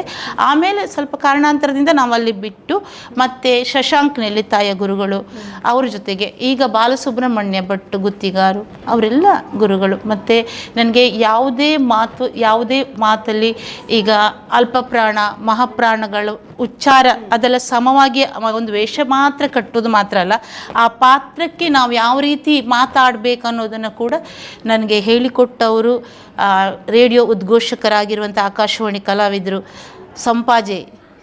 ಸುಬ್ರಾಯ ಸಂಪಾಜೆ ಸರ್. ಇವತ್ತು ಕೂಡ ನಾನು ಬರುವಾಗ ಗುರುಗಳಲ್ಲಿ ಹೋಗಿ ಅಮ್ಮ ಅವರು ರಿಟೈರ್ಡ್ ಆಗಿ ಮನೇಲಿ ಹೇಳಿ ಅವ್ರ ಹತ್ರ ಯಾವುದೇ ಒಂದು ಶಬ್ದ ನನಗೆ ಡೌಟ್ ಇದ್ದರೆ, ಎಲ್ಲಿಗೆ ಹೋಗೋದಿದ್ರು ಕೂಡ ಭಾಷೆಯನ್ನು ಯಾವ ರೀತಿ ಮಾತಾಡಬೇಕು ಅನ್ನೋದನ್ನು ಅವ್ರ ಹತ್ರ ಕಲ್ತ್ಕೊಳ್ತೇನೆ. ಮತ್ತು ಹೆಸರು ಗುರುನಂದನ್ ಸರ್, ಹಾಗೆ ತಾರಾನಾಥ್ ವರ್ಕಾಡಿ ಪ್ರಸಿದ್ಧ ಕಲಾವಿದರು, ಅವರು ಹಿರಿಯ ಕಲಾವಿದರು. ಅವರಲ್ಲಿ ಕೂಡ ಕೆಲವು ಅರ್ಥಗಾರಿಕೆಯನ್ನು ನಾನು ಯಾವ ರೀತಿ ಬಳಸ್ಕೊಳ್ಬೋದು, ಇವತ್ತಿಗೆ ಅದನ್ನು ಹೇಗೆ ಸಮನ್ವಯ ಮಾಡ್ಬೋದು, ಮಾತಾಡೋದನ್ನು ಇರ್ತದೆ ಪ್ರಸಂಗದಲ್ಲಿ ಇರುವ ಮಾತನ್ನು ಇವತ್ತು ನಾವು ಹೇಗೆ ಸಮನ್ವಯ ಮಾಡೋದು. ನಾವು ಯಕ್ಷಗಾನ ಅಂತ ಹೇಳಿದ್ರೆ ಬರೀ ನಾಟ್ಯ ಮಾತಾಡೋದು ಎಲ್ಲರಿಗೆ ಪ್ರೇಕ್ಷಕರಿಗೆ ಸಮಾಧಾನ ಖುಷಿಪಡಿಸೋದು ಮಾತ್ರ ಅಲ್ಲ, ನಾವು ಯಕ್ಷಗಾನ ಮಾತಾಡಿದ್ರೆ ಯಾವುದಾದ್ರು ಒಂದು ಮೆಸೇಜನ್ನು ಯಾವ ರೀತಿ ಕೊಡ್ಬೋದು ಅನ್ನೋದನ್ನು ತಾರಾನಾಥ್ ವರ್ಕಾಡಿಯವರು ಈ ರೀತಿ ಮಾಡ್ಬೋದನ್ನು ಹೇಳಿಕೊಟ್ಟಿದ್ದಾರೆ. ಮತ್ತು ಇನ್ನು ಹರೀಶ್ ಬೊಳಂತಿಮಗರ ಸರ್ ಅವರಲ್ಲಿ ಕೂಡ ನನಗೆ ಏನೇ ಡೌಟ್ ಬಂದರೂ ಕೂಡ ನಾವು ಯಕ್ಷಗಾನ ಅಂತ ಹೇಳಿ ಮಾತ್ರ ಗೊತ್ತಿರ್ಬೋದು ಮೇಡಮ್, ಅದು ತುಂಬ ದೊಡ್ಡ ಸಮುದ್ರ, ಅದರಲ್ಲಿ ಬೇಕಾದಷ್ಟು ಕಲಿಯುವಷ್ಟಿದೆ. ಈ ಕಲ್ತಾಯಿತು ನಾನು ಹೀರೋ ಅಂತ ಅಲ್ಲಿ ಹೇಳುವಂಥ ಪ್ರಮೇಯವೇ ಯಕ್ಷಗಾನದಲ್ಲಿ ಬರುವುದಿಲ್ಲ. ಕಲ್ತಷ್ಟು ಕಡಿಮೆನೇ ಅಂತ. ಕಡಿಮೆ ಅಂದರೆ ಇನ್ನೂ ಇಲ್ಲ. ನಾನು ಆ ಯಕ್ಷಗಾನದಲ್ಲಿ ಒಂದು ಸಣ್ಣ ಸಾಸಿವೆಗಿಂತ ಸಣ್ಣ ಚಿಕ್ಕ ವಿಷಯ ನನಗೆ ಗೊತ್ತಿತ್ತಂತ ನಾನು ಈಗ ಹೇಳ್ಬೋದು ಅಷ್ಟೇ. ಓಕೆ, ನಿಮಗೆ ಸಿಕ್ಕಿದಂತಹ ಗುರುಗಳು ಕೂಡ ಮೇರುವಾಗಿರುವಂತಹ ಗುರುಗಳೇ ಸಿಕ್ಕಿರುವಂಥದ್ದು, ಗುರುಗಳ ಗರಡಿಯಲ್ಲಿ ಪಳಗಿದ್ದೀರಾ ಅನ್ನುವಂಥದ್ದು. ಹಾಗಾಗಿನೇ ಇಷ್ಟೆಲ್ಲ ಸಾಧನೆಯನ್ನ ಮಾಡೋದಕ್ಕೆ ಸಾಧ್ಯ ಆಗಿದೆ. ಇನ್ನಷ್ಟು ವಿಚಾರಗಳನ್ನ ಮಾತಾಡೋಣ ನಾವು ವೀಕ್ಷಕರೇ, ಇನ್ನಷ್ಟು ವಿಚಾರಗಳನ್ನ ಮಾತಾಡ್ತೇವೆ ಸಣ್ಣ ವಿರಾಮದ ಬಳಿಕ. 60 ವರ್ಷಗಳಿಂದ ಶಿಕ್ಷಣ ಕ್ಷೇತ್ರದಲ್ಲಿ ಅಪೂರ್ವ ಸಾಧನೆ ಮೆರೆಯುತ್ತಾ ಸದೃಢ ವಿದ್ಯಾರ್ಥಿ ಶಕ್ತಿಗಳನ್ನ ಸಮಾಜಕ್ಕೆ ನೀಡುತ್ತಿರುವ ಪುತ್ತೂರಿನ ಏಕೈಕ ವಿದ್ಯಾಸಂಸ್ಥೆ ವಿವೇಕಾನಂದ ಪದವಿ ಪೂರ್ವ ಕಾಲೇಜು. 98% ಅಧಿಕ ಅಂಕಗಳನ್ನು ಪಡೆದಿರುವ ವಿದ್ಯಾರ್ಥಿಗಳಿಗೆ ಉಚಿತ ಶಿಕ್ಷಣ, ರಾಷ್ಟ್ರ ಅಂತಾರಾಷ್ಟ್ರೀಯ ಮಟ್ಟದ ಸಾಧಕ ವಿದ್ಯಾರ್ಥಿಗಳಿಗೆ ಶುಲ್ಕದಲ್ಲಿ ರಿಯಾಯಿತಿ, ಅನುಭವಿ ಅಧ್ಯಾಪಕ ವೃಂದ, ವಿಶಾಲವಾದ ಪ್ರಯೋಗಾಲಯ, ಗ್ರಂಥಾಲಯ, ನೀಟ್, ಜೆಇಇ, ಸಿಇಟಿ ಹಾಗೂ ಸಿಎ ಫೌಂಡೇಶನ್ ಕೋರ್ಸ್ಗಳಿಗೆ ತರಬೇತಿ, ಐಎಎಸ್, ಐಪಿಎಸ್ ನಂತಹ ಸ್ಪರ್ಧಾತ್ಮಕ ಪರೀಕ್ಷೆಗಳಿಗೆ ತರಬೇತಿ, ವಾಣಿಜ್ಯ ವಿಭಾಗದ ವಿದ್ಯಾರ್ಥಿಗಳಿಗಾಗಿ ಸಿಎಸ್ಇಇಟಿ ಹಾಗೂ ಸರ್ಟಿಫಿಕೇಟ್ ಕೋರ್ಸ್ಗಳಿಗೆ ತರಬೇತಿ, ವಿಕಸನ ಟಿವಿ ಹಾಗೂ radio Panchajanya 90.8 FM, college bus ವ್ಯವಸ್ಥೆ, ಕ್ರೀಡೆಗೆ ಒತ್ತು ಕೊಟ್ಟು ವಿಶಾಲವಾದ ಕ್ರೀಡಾಂಗಣ, ವಿದ್ಯಾರ್ಥಿನಿಯರಿಗಾಗಿ ಕಾಲೇಜ್ ಕ್ಯಾಂಪಸ್ನಲ್ಲೇ ಪ್ರತ್ಯೇಕ ವಸತಿ ನಿಲಯಗಳು, ಅರ್ಹ ಬಡ ಪ್ರತಿಭಾವಂತ ವಿದ್ಯಾರ್ಥಿಗಳಿಗಾಗಿ ಹಲವು ವಿದ್ಯಾರ್ಥಿ ವೇತನಗಳು, ರಾಷ್ಟ್ರ ಅಂತಾರಾಷ್ಟ್ರೀಯ ಮಟ್ಟದಲ್ಲಿ ವಿದ್ಯಾರ್ಥಿಗಳ ಸತತ ಸಾಧನೆ. ನಮ್ಮಲ್ಲಿ ಲಭ್ಯವಿರುವ ಕೋರ್ಸ್ಗಳು: ವಿಜ್ಞಾನ ವಿಭಾಗ, ಪಿಸಿಎಂಬಿ, ಪಿಸಿಎಂಸಿ, ಪಿಸಿಎಂಎಸ್, ಪಿಸಿಎಂಎ, ವಾಣಿಜ್ಯ ವಿಭಾಗ, ಎಸ್ಸಿಬಿಎ, ಎಸ್ಸಿಬಿಎ, ಇಸಿಬಿಎ, ಕಲಾ ವಿಭಾಗ, ಎಚ್ಇಪಿಎಸ್. ವಿವೇಕಾನಂದ ಪದವಿ ಪೂರ್ವ college, Nehru Nagar, Puttur. 8073700468, 8105072386. Website www.vivekanandapuc.com. ವಿರಾಮದ ಬಳಿಕ ಮತ್ತೆ ಕಾರ್ಯಕ್ರಮಕ್ಕೆ ಸ್ವಾಗತ. ಪ್ರೇಮಾ ಮೇಡಮ್ ಜೊತೆ ಮಾತನಾಡ್ತಾ ಇದ್ವಿ. ಇನ್ನಷ್ಟು ಇಂಟ್ರೆಸ್ಟಿಂಗ್ ಆಗಿರುವಂಥ ವಿಚಾರಗಳನ್ನು ಅವರಿಂದ ತಿಳ್ಕೊಳ್ಳೋದಿದೆ. ಮತ್ತಷ್ಟು ವಿಚಾರಗಳನ್ನು ಮಾತಾಡೋಣ. ನಮಸ್ತೆ ಮೇಡಮ್. ನಮಸ್ತೆ. ತುಂಬ ವಿಚಾರಗಳನ್ನು ತಿಳಿಸಿದ್ರಿ. ಹಾಗೆಯೇ ನನಗೊಂದು ಕ್ಯೂರಿಯಾಸಿಟಿ ಏನಿರೋದು ಅಂತ ಕೇಳಿದರೆ, ಸಂಗೀತ ಅಭ್ಯಾಸವನ್ನು ಕೂಡ ಮಾಡ್ಕೊಂಡಿದ್ದೀರಾ ಹೇಗೆ ಅಂತ? ಅಭ್ಯಾಸ ಮಾಡಲಿಲ್ಲ, ಅಂದ್ರೆ ನೋಡಿ ಸ್ವಲ್ಪ ಭಜನೆ ಎಲ್ಲ ನಾನು ಮಾಡ್ತೇನೆ. ಹಾಗೆ ಅದೇ ಒಂದು ಇದರಲ್ಲಿ. ಓಕೆ, ನೀವು ಹೇಳಿದ್ರಿ ಇದಕ್ಕಿಂತ ಮುಂಚೆ ಭರತನಾಟ್ಯ ಮಾಡೋದಕ್ಕೆ ಹೋಗಿದ್ದು ಅಂತ. ಬಟ್ ಅಲ್ಲಿಂದ ನಾಟಕ, ಅಲ್ಲಿಂದ ಯಕ್ಷಗಾನದಲ್ಲಿ ಇದೀಗ ಎಲ್ಲರೂ ಗುರುತಿಸೋ ರೀತಿಯಲ್ಲಿ ಆಗಿರುವಂಥದ್ದು. ನೀವು ಕುಂದಾಪುರದಲ್ಲಿ ಹುಟ್ಟಿರುವಂಥದ್ದು, ಶಿವಮೊಗ್ಗದಲ್ಲಿ ಮದುವೆಯಾಗಿ ಹೋಗಿರುವಂಥದ್ದು, ಪುತ್ತೂರಿನ ಮಣ್ಣಿನಲ್ಲಿ ಸಾಧನೆಯನ್ನ ಮಾಡ್ತಾ ಇರುವಂಥದ್ದು. ಹಾಗಾಗಿ ಶಿವಮೊಗ್ಗದಲ್ಲಿ ಇರಬೇಕಾದ್ರೇನೆ ಯಕ್ಷಗಾನವನ್ನ ಅಲ್ಲಿ ಪ್ರಾರಂಭ ಮಾಡಿದ್ರಾ, ಇಲ್ಲ ಇಲ್ಲಿಗೆ ಬಂದು ಜಾಸ್ತಿಯಾಗಿ ತೊಡಗಿಸಿಕೊಂಡಿದ್ದ ಹೇಗೆ ಅಂತ? ಅಲ್ಲಿ ನಾನು ಹೋಗ್ತಾ ಇದ್ದೆ, ಅತ್ತೆಯ ಹೋಗುವಂತ ಟೀಮ್ ಇತ್ತು, ವರದಾ ಐತಾಳ್ರವ್ರು ನಡೆಸ್ತಾ ಇದ್ರು. ಆ ಟೀಮಿಗೆ ಯಾವಾಗಲೂ ಮಾಮೂಲಿ ಎಲ್ಲಿ ಯಕ್ಷಗಾನ ಇದ್ರು ಕೂಡ ಅಲ್ಲಿ ಹೋಗ್ತಾ. ಅಲ್ಲಿ ಕೂಡ ನಾನೊಂದು ಅವರದ್ದು ದಕ್ಷ ಯಜ್ಞ ಎನ್ನುವಂಥದ್ದು ಭಾರಿ ಪ್ರಸಿದ್ಧಿ ಪಡೆದಿರುವಂಥ ಪ್ರಸಂಗ. ಅದರಲ್ಲಿ ವರದನ ದಾಕ್ಷಾಯಿಣಿ ಅತ್ಯುತ್ತಮವಾದಂಥ ಒಂದು ಗುಣಮಟ್ಟದ ದಾಕ್ಷಾಯಿಣಿ.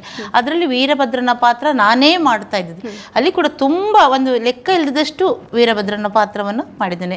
ಮತ್ತು ಕಳೆದ ವರ್ಷ ಅಲ್ಲಿ ನಾನು ವಿಭೀಷಣನ ಪಾತ್ರ ಮಾಡಿದ್ದೇನೆ. ಅವರು ತುಂಬ ಪಾತ್ರಗಳಕ್ಕೆ ಇವಾಗಲೂ ಕರೀತಾರೆ, ಇವಾಗಲೂ ಅವರ ಒಂದು ನಂಟು ನನಗಿದೆ. ಓಕೆ, ಇವಾಗ ಹೆಣ್ಣು ಮಕ್ಕಳು ಸಾಧನೆಯನ್ನ ಮಾಡೋದಕ್ಕೆ ಹೋಗ್ತಾ ಇದ್ದಾರೆ ಅಂತ ಹೇಳಿದಾಗ, ಅದರಲ್ಲೂ ಕೂಡ ಮದುವೆ ಆದ ಮೇಲೆ ಸಾಧನೆಯನ್ನ ಮಾಡ್ತಾ ಇದ್ದಾರೆ ಅಂತ ಹೇಳಿದಾಗ, ಯಾಕಿದೆಲ್ಲ ಬೇಕು? ಮನೆಯಲ್ಲಿ ಅಡಿಗೆ ಮಾಡ್ತಾ ಕೂರೋದಿಕ್ಕಾಗಲ್ವಾ? ಗಂಡನನ್ನ ಅತ್ತೆಯನ್ನ ನೋಡ್ಕೊಂಡಿರೋದಿಕ್ಕಾಗಲ್ವಾ ಅನ್ನುವಂಥದ್ದು ಮಾತು ತುಂಬಾ ಕಡೆ ಬರುತ್ತೆ ಮೇಡಮ್. ಅದು ನೀವು ಕೂಡ ಎದುರಿಸಿದ್ದೀರಾ ಹೇಗೆ ಅಂತ? ಇವೆಲ್ಲವನ್ನ ಕೂಡ ಎದುರಿಸಿ ಹೇಗೆ ಮುಂದೆ ಬಂದ್ರಿ ಅಂತ? ಒಳ್ಳೆ ಪ್ರಶ್ನೆಯನ್ನು ಕೇಳಿದಿರಿ ಮೇಡಮ್. ಕೇಳುವಂಥ ಪ್ರಶ್ನೆ ಇದು. ನನಗೆ ತುಂಬ ಜನ ಕೇಳ್ತಾರೆ, ಮೇಡಮ್ ಬೆಳಿಗ್ಗೆ ಹೇಳ್ತೀರಾ, ಅಷ್ಟೊಂದು ಕೆಲಸ ಮಾಡ್ಕೊಳ್ತೀರಾ, ನಾವು ಹೇಳಿದ ಟೈಮಿಗೆ ಡ್ರೈವಿಂಗ್ ಸ್ಕೂಲಿಗೂ ನೀವು ಬರ್ತೀರಾ, 6 ಗಂಟೆಗೆ ಬರ್ತೀರಾ, ಅತ್ತೆ ಇದ್ದಾರೆ ಮನೆಯಲ್ಲಿ, ಗಂಡ ಇದ್ದಾರೆ, ಮಕ್ಕಳಿದ್ದಾರೆ, ನೀವು ಕೂಡ ಆ ಕರೆಕ್ಟನ್ನು ಟೈಮನ್ನು ತಪ್ಪಿಸ್ದೆ 6 ಗಂಟೆ ಅಂದರೆ ನಾವೇ ಕೆಲವೊಮ್ಮೆ ತಡವಾಗಿ ಬರ್ತೇವೆ, ಆದರೂ ನೀವು ಬಂದಿರ್ತೀರ. ಅದರ ಮಧ್ಯದಲ್ಲಿ ಈ ಯಕ್ಷಗಾನದ ಅಭ್ಯಾಸ, ಪ್ರಸಂಗವನ್ನು ರೆಡಿ ಮಾಡಿಕೊಳ್ಳೋದು, ಆಮೇಲೆ ನಮ್ಮ ಕಲಾವಿದರುಗಳನ್ನು ಸೇರಿಸ್ಕೊಳ್ಳೋದು, ಭಾಗವತರ ಹತ್ರ ಮಾತಾಡ್ಕೊಳ್ಳೋದು, ಕಲಾವಿದರಿಗೆ ಇಂಥ ಪಾತ್ರಗಳಂತ ಹಂಚೋದು, ಇದೆಲ್ಲ ಮಾಡಲಿಕ್ಕೆ ನಿಮಗೆ ಕಷ್ಟ ಆಗುವುದಿಲ್ವಾ? ಮತ್ತು ನಿಮ್ಮ ಗಂಡ ಬೈಯೋದಿಲ್ವಾ? ಈ ಎಲ್ಲ ಕ್ವಶನ್ ಕೇಳ್ತೇವೆ. ನಿಜವಾಗಿಯೂ ಕೂಡ ನಮಗೆ ಒಂದು ವಿಚಾರದಲ್ಲಿ ಆಸಕ್ತಿ ಇದೆ ಅಂತ ಅಂದರೆ ನಮಗೆ ಯಾವುದು ಕೂಡ ಟೈಮು ಅದನ್ನು ನಮಗೆ ಟೈಮನ್ನು ಅಡ್ಜಸ್ಟ್ ಮಾಡಲಿಕ್ಕೆ ಖಂಡಿತ ನಾನೇ ಬೇರೆಯವರದ್ದು ನನಗೆ ನನ್ನ ಅನುಭವದಲ್ಲಿ ಹೇಳ್ತೇನೆ ಮೇಡಮ್. ನಾನು ಪ್ರತಿದಿನ 4 ಗಂಟೆಗೆ ಹೇಳ್ತೇನೆ. 4 ಗಂಟೆಗೆ ಎದ್ದಾಗ ಎಲ್ಲ ಮನೆ ಕೆಲಸ, ಫಸ್ಟ್ ಆಫ್ ಆಲ್ ನಾವು ಮನೆಯಲ್ಲಿ ಕರೆಕ್ಟಾಗಿರಬೇಕು. ಎಲ್ರಿಗೂ ಬೈಯೋದು ಅದಕ್ಕೆ. ನಾವು ಮನೆಯಲ್ಲಿ ಕರೆಕ್ಟಾಗಿದ್ದರೆ ಖಂಡಿತ ಯಾರು ಯಾವುದನ್ನು ದ್ವೇಷ ಮಾಡೋದಿಲ್ಲ. ನಾನು ಮನೆಯಲ್ಲಿ ಎಲ್ಲರಿಗೂ ಹೇಗಿರ್ಬೇಕು ಹಾಗೆ ನಮಗೊಂದು ಸನಾತನ ಧರ್ಮದ ಶಿಕ್ಷಣ ಅಂತ ಇದೆಯಲ್ಲ, ಅದನ್ನು ಪರಿಪೂರ್ಣವಾಗಿ ನಾವು ತೊಡಗಿಸಿಕೊಂಡ್ರೆ, ಮನೆಯಲ್ಲಿ ಹೇಗಿರ್ಬೇಕು ಅನ್ನೋದು ನಾವು ನೋಡಿಕೊಂಡು ತಿಳ್ಕೊಂಡ್ರೆ ಖಂಡಿತ ಯಾವುದಕ್ಕೂ ಯಾರು ಅಡೆತಡೆ ಮಾಡೋದಿಲ್ಲ ಅನ್ನೋದಕ್ಕೆ ನಾನೇ ಸಾಕ್ಷಿ. ಹಾಗಾಗಿ ನನಗೆ ಗಂಡ ಏನೂ ಹೇಳಲಿಲ್ಲ, ನಿನ್ನ ಕೆಲಸ ಮಾಡಿಕೊಂಡು ಮನೆಗೆ ಮಾತ್ರ ತೊಂದರೆ ಆಗಬಾರ್ದು, ಅದನ್ನು ಮಾಡಿ ನೀನು ಹೋದರೆ ಯಾವುದು ಕೂಡ ನಿನಗೆ ಮಾಡಲಿಕ್ಕೆ ನಾನು ಸಪೋರ್ಟ್ ಮಾಡ್ತೇನಂತ ಇಲ್ಲಿವರೆಗೆ ಇಷ್ಟರ ಮಟ್ಟದವರೆಗೆ ನನಗೆ ಅತ್ತೆ ಕೂಡ ಸಪೋರ್ಟೇ ಮಾಡ್ತಾರೆ. ನಿನ್ನೆ ಕೂಡ ನಾನು ತಿರುಪತಿಗೆ ಅಷ್ಟು 85 ವರ್ಷ ಪ್ರಾಯ ಅತ್ತೆಗೆ, ನನ್ನ ಮಗಳು ಕೂಡ ಮನೇಲಿದ್ದಾಳೆ, ಅವರಿಗೆ ಸ್ನಾನ ಮಾಡಿಸೋದು ಎಲ್ಲವನ್ನು ಮಾಡಿ, ಮನೆಗೆ ಯಾರಾದರೂ ಹಳೆಯವರಿದ್ದರೆ ಎಲ್ಲಿಗಪ್ಪ ಹೋಗೋದು ಎಲ್ಲಿಗೆಲ್ಲ ಹೋಗ್ತಾರಂತ ಈಗ ಆಡು ಭಾಷೆಯಲ್ಲಿ ಹೇಳ್ತಾರಲ್ವ ಮೇಡಮ್, ಆದರೂ ಕೂಡ ನನ್ನ ಅತ್ತೆ ಬೇಗ ಹೋಗಿ ಬಾ ನೀನು ದೇವಸ್ಥಾನಕ್ಕೆ ಅಂತ ಹೇಳಿಯೇ ಕಳಿಸಿದ್ದಾರೆ. ಅಂದರೆ ಅವರಿಗೆ ಎಂತಂದರೆ ಸ್ವಲ್ಪ ಜ್ಞಾನ ಕೂಡ ಇರಬೇಕು, ಮನೆಯಲ್ಲಿರುವವರು ಕೂಡ ಹೊರಗಿನ ಪ್ರಪಂಚವನ್ನು ತಿಳ್ಕೊಂಡಿರಬೇಕು. ಅವರದ್ದೇ ಆದ ಪ್ರಪಂಚದಲ್ಲಿ ಅವರು ಮುಳುಗಿದ್ರೆ ಬೇರೆಯವರ ಒಂದು ಆಸಕ್ತಿ ಅವರಿಗೆ ಅರ್ಥ ಆಗುವುದಿಲ್ಲ. ಈಗ ನನ್ನ ಗಂಡ ಕೂಡ ಕರಾಟೆ ಮಾಸ್ಟ್ರು, ಕರಾಟೆ ಹೇಳಿಕೊಡ್ತಾರೆ, ಯೋಗ ಹೇಳಿಕೊಡ್ತಾರೆ. ಹಾಗೆ ನಾವು ಅವರಿಗೆ ಕೂಡ ಒಂದು ಪೂರಕವಾಗಿ ಇದ್ದಾಗ ನಾವು ಮಾಡುವ ಕೆಲಸಕ್ಕೆ ಅವರು ಅಡೆತಡೆ ಬರೋದಿಲ್ಲ. ಫಸ್ಟ್ ಆಫ್ ಆಲ್ ಏನಂತ ಹೇಳಿದರೆ ನಾವು ಮನೆಯಲ್ಲಿ ಕರೆಕ್ಟಾಗಿ ಇರಬೇಕು. ಅದು ಹಾಗಾಗಿ ನನಗೆಲ್ಲಿ ಕೂಡ ಮನೆಯಿಂದ ಸಮಸ್ಯೆ ಬರಲಿಲ್ಲ. ನಾನು ಎಲ್ರಿಗೂ ಕೇಳ್ರಿ ಇದನ್ನೇ ಹೇಳೋದು, ಮನೆಯಲ್ಲಿ ನೀವು ಅಚ್ಚುಕಟ್ಟಾಗಿ ಇರಿ, ಖಂಡಿತ ಅವರು ನಿಮಗೇನು ಹೇಳಲ್ಲ. ಯಕ್ಷಗಾನವೇ ಅಂತ ಹೇಳಿ ಅದನ್ನೇ ನಾನು ಮಾಡ್ತೇನೆ, ಅದೊಂದು ಮಾಡಲಿಕ್ಕಿದ್ರೆ ನಿಮ್ಗೆ ಅಡುಗೆನೂ ಮಾಡಲ್ಲ, ಹೋಟ್ಲಿಂದ ತರಿಸಿ ತಿಂದ್ಕೊಳ್ಳಿ ಅಂದರೆ ನಿಮ್ಗೆ ಯಕ್ಷಗಾನವೂ ಬೇಡ, ಏನೂ ಬೇಡ, ಮನೇಲಿ ಕೂತ್ಕೊಳ್ಳಿ ಅಂತ ಹೇಳ್ತಾರೆ. ನಾವು ಸರಿಯಾಗಿರ್ಬೇಕು, ಹಾಗೆಲ್ಲರೂ ಸಪೋರ್ಟ್ ಮಾಡ್ತಾರೆ. ಖಂಡಿತ ನಿಮಗೆ ಹೊರಗಡೆ ನೀವು ನೋಡಿ, ಮನೆ ಅಂಗಳ ಕ್ಲೀನ್ ಇದ್ರೆ ನಮ್ಗೆ ಹೊರಗಡೆ ಸಹ ಕ್ಲೀನ್ ಮಾಡೋಣ ಅಂತ ಆಗುತ್ತಾ? ಬರೇ ನಮ್ಮಲ್ಲಿ ಒಟ್ರಾಸಿ ಇಟ್ಕೊಂಡು ಹೊರಗಡೆ ಕ್ಲೀನ್ ಮಾಡಕ್ ಹೋದ್ರೆ ಅದು ಸರಿ ನೋಡ್ಕೊಂಬುದು ಅಂತ ಹೇಳ್ತಾರೆ ಅಷ್ಟೇ, ಅದೇ ತರ ಹಾಗೆ. ಓಕೆ, ಇವಾಗ ಇಲ್ಲಿಯವರೆಗೆ ಎಷ್ಟು ವೇದಿಕೆಗಳಲ್ಲಿ ನೀವು ಯಕ್ಷಗಾನವನ್ನ ಮಾಡಿರ್ಬೋದು ಅಂತ? ಅದು ಸರಿಸುಮಾರು ತುಂಬ ವೇದಿಕೆಯಲ್ಲಿ ಮಾಡಿದ್ದೇನೆ ಮೇಡಮ್. ಬೆಂಗಳೂರು, ಆಮೇಲೆ ಹೈದರಾಬಾದ್, ಆಮೇಲೆ ಬಾಂಬೆಗಂದು ಹೋಗುವಂಥ ಅವಕಾಶ ಇತ್ತು. ಒಂದು 2-3 ವರ್ಷದ ಹಿಂದೆ ನನಗೆ ಅವಕಾಶ, ಈ ವರ್ಷ ಹೋಗ್ಲಿಕ್ಕಿದೆ ಅಂತ ಹೇಳಿದ್ದಾರೆ. ನನ್ನ ಮಗಳಿಗೆ 10th ಇದ್ದ ಕಾರಣ ನಾನು ಹೋಗ್ಲಿಕ್ಕೆ ಆಗಿರಲಿಲ್ಲ. ಆಮೇಲೆ ಕೊಚ್ಚಿಯಲ್ಲಿ ಕೂಡ ನಾವು ಯಕ್ಷಗಾನವನ್ನು ಮಾಡಿದ್ದೇವೆ. ಮತ್ತು ಕುಂದಾಪುರ, ಭಟ್ಕಳ, ಹೊನ್ನಾವರ, ಸಾಗರ, ಪ್ರತಿಯೊಂದು ಕಡೆ ಕೂಡ ನಾವು ಯಕ್ಷಗಾನ ಮಾಡಿದ್ವಿ. ಓಕೆ, ಮಹಿಷಾಸುರ ಪಾತ್ರವನ್ನ 50ಕ್ಕಿಂತಲೂ ಹೆಚ್ಚು ಬಾರಿ ನಿರ್ವಹಿಸಿದ್ದೀರಾ ಅನ್ನುವಂಥದ್ದು. ನಾನು 50 ಬಾರಿ ನಿರ್ವಹಿಸಿದಂಥ ವಿಚಾರಗಳನ್ನು ಮಾತಾಡ್ತೀನಿ. ಅದಕ್ಕಿಂತ ಮುಂಚೆ ಪ್ರಥಮವಾಗಿ ಮಹಿಷಾಸುರ ಪಾತ್ರವನ್ನು ಮಾಡಿದ್ದು ಎಲ್ಲಿ, ಆ ಒಂದು ಎಕ್ಸ್ಪೀರಿಯನ್ಸ್ ಹೇಗಿತ್ತು? ಖಂಡಿತ ನನಗೆ ಇಷ್ಟವಾದ ಪಾತ್ರ. ಆ ಮಹಿಷಾಸುರ ಪಾತ್ರವನ್ನು ಮಾಡುವುದಕ್ಕೆ ಪ್ರಪ್ರಥಮವಾಗಿ ಆಳು ಮತ್ತು ಅಂದ ಅಂತ ಯಕ್ಷಗಾನದಲ್ಲಿ ಒಂದು ಉಂಟು. ಅವನಿಗೆ ಯಾವುದೇ ಪಾತ್ರ ಮಾಡೋದಾದ್ರೂ ಕೂಡ ಒಂದು ಆಳಂದ ಚೆನ್ನಾಗಿರಬೇಕು ಅಂತ ಹೇಳ್ತಾರೆ. ಈ ಒಂದು ಸಣ್ಣ ಮಗುವಿಗೆ ಮಹಿಷಾಸುರ ಅಂತ ಪಾತ್ರವನ್ನು ಮಾಡಿ ಅಂತ ಹೇಳಿದರೆ ಆಗುದಿಲ್ಲ. ಅಂದರೆ ವೇಷವನ್ನು ಹಾಕ್ಬೋದು, ಅದು ಮಹಿಷಾಸುರ ಅಂತ ಕನ್ಸಿಡರ್ ಮಾಡಲಿಕ್ಕೆ ಆಗೋದಿಲ್ಲ. ಹಾಗಾಗಿ ನಾನು ಇಲ್ಲಿ ಮುಂಡೂರು ಹತ್ರ ಒಂದು 10-12 ವರ್ಷದ ಹಿಂದೆ ಒಂದು ಕಡೆ ದೇವಸ್ಥಾನದಲ್ಲಿ ಬ್ರಹ್ಮಕಲಶೋತ್ಸವವಾಗಿತ್ತು. ಆವಾಗ ಓಂ ಪ್ರಕಾಶ್ ಸರ್ ಅಂತ ಕಟೀಲ್ ಮೇಳದವರು, ಅವರು ಬರ್ತಾಯಿದ್ರು ನಮ್ಮ ಕ್ಲಾಸಿಗೆ ಸ್ವಲ್ಪ ದಿವಸಕ್ಕೆ ಹೇಳಿಕೊಡ್ಲಿಕ್ಕೆ. ಆ ಸಂದರ್ಭದಲ್ಲಿ ಪ್ರಥಮವಾಗಿ ನಾನು ಮಹಿಷಾಸುರನ ಪಾತ್ರವನ್ನು ಮಾಡಿದ್ದು. ವೇಷ ಎಲ್ಲ ಮಾಡಿಕೊಂಡೆ, ತುಂಬ ದೊಡ್ಡ ಕೋಡೆಲ್ಲ ಕೊಂಬೆಲ್ಲ ಕೊಟ್ಕೊಂಡು ಬಂದೆ. ಬರುವಾಗಲೇ ಏನಾಯ್ತು ಅಂತೇಳಿ, ಅದು ಕಟ್ಟಿದವರ ಪ್ರಾಬ್ಲಮ್, ನನ್ನದೇ ಪ್ರಾಬ್ಲಮ್ ಅಂತ ನಾನು ಒಪ್ಕೊಳ್ತೇನೆ. ಯಾಕಂದರೆ ಅದು ತಲೆ ಎಲ್ಲ ತುಂಬ ಅಲುಗಾಡಿಸಬಾರ್ದು, ಹೀಗೆ ಮಾಡಿದರೆ ಅದು ಸೇಕಾಗ್ತದೆ, ಭಾರ ಇರ್ತದಲ್ಲ.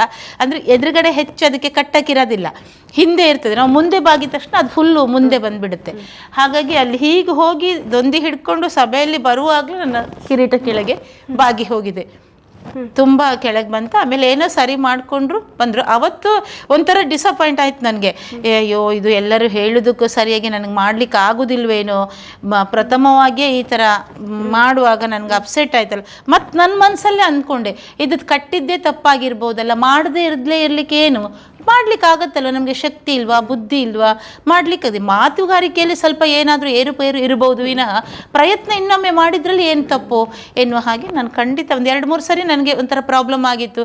ಅದು ತುಂಬ ರಭಸವಾಗಿ ಓಡಿಕೊಂಡು ಬರಬೇಕು, ಆಯಾಸ ಆಗ್ತದೆ, ಮಾತಾಡುವಾಗ ಸ್ವಲ್ಪ ಇದಾದ ಹಾಗೆ ಆಗ್ತದೆ. ಆದರೂ ಕೂಡ ನಾವು ಅದನ್ನು ಗಟ್ಟಿಯಾಗಿ ಮಹಿಷಾಸುರನಾಗಿಯೇ ನಾನು ಇಲ್ಲಿ ಮಾತಾಡಬೇಕು ಅನ್ನೋದು ಹಠ. ನನಗೆ ಆಯಾಸ ಆಯಿತು, ಯಾರಾದರೂ ನೋಡ್ತಾರೇನೋ, ಆ ಥರ ಒಂದು ಹಿಂಜರಿಕೆ ನಾವು ಮಾಡಿಕೊಂಡ್ರೆ ಆ ಪಾತ್ರಕ್ಕೆ ಜೀವ ತುಂಬಲಿಕ್ಕೆ ಆಗೋದಿಲ್ಲ.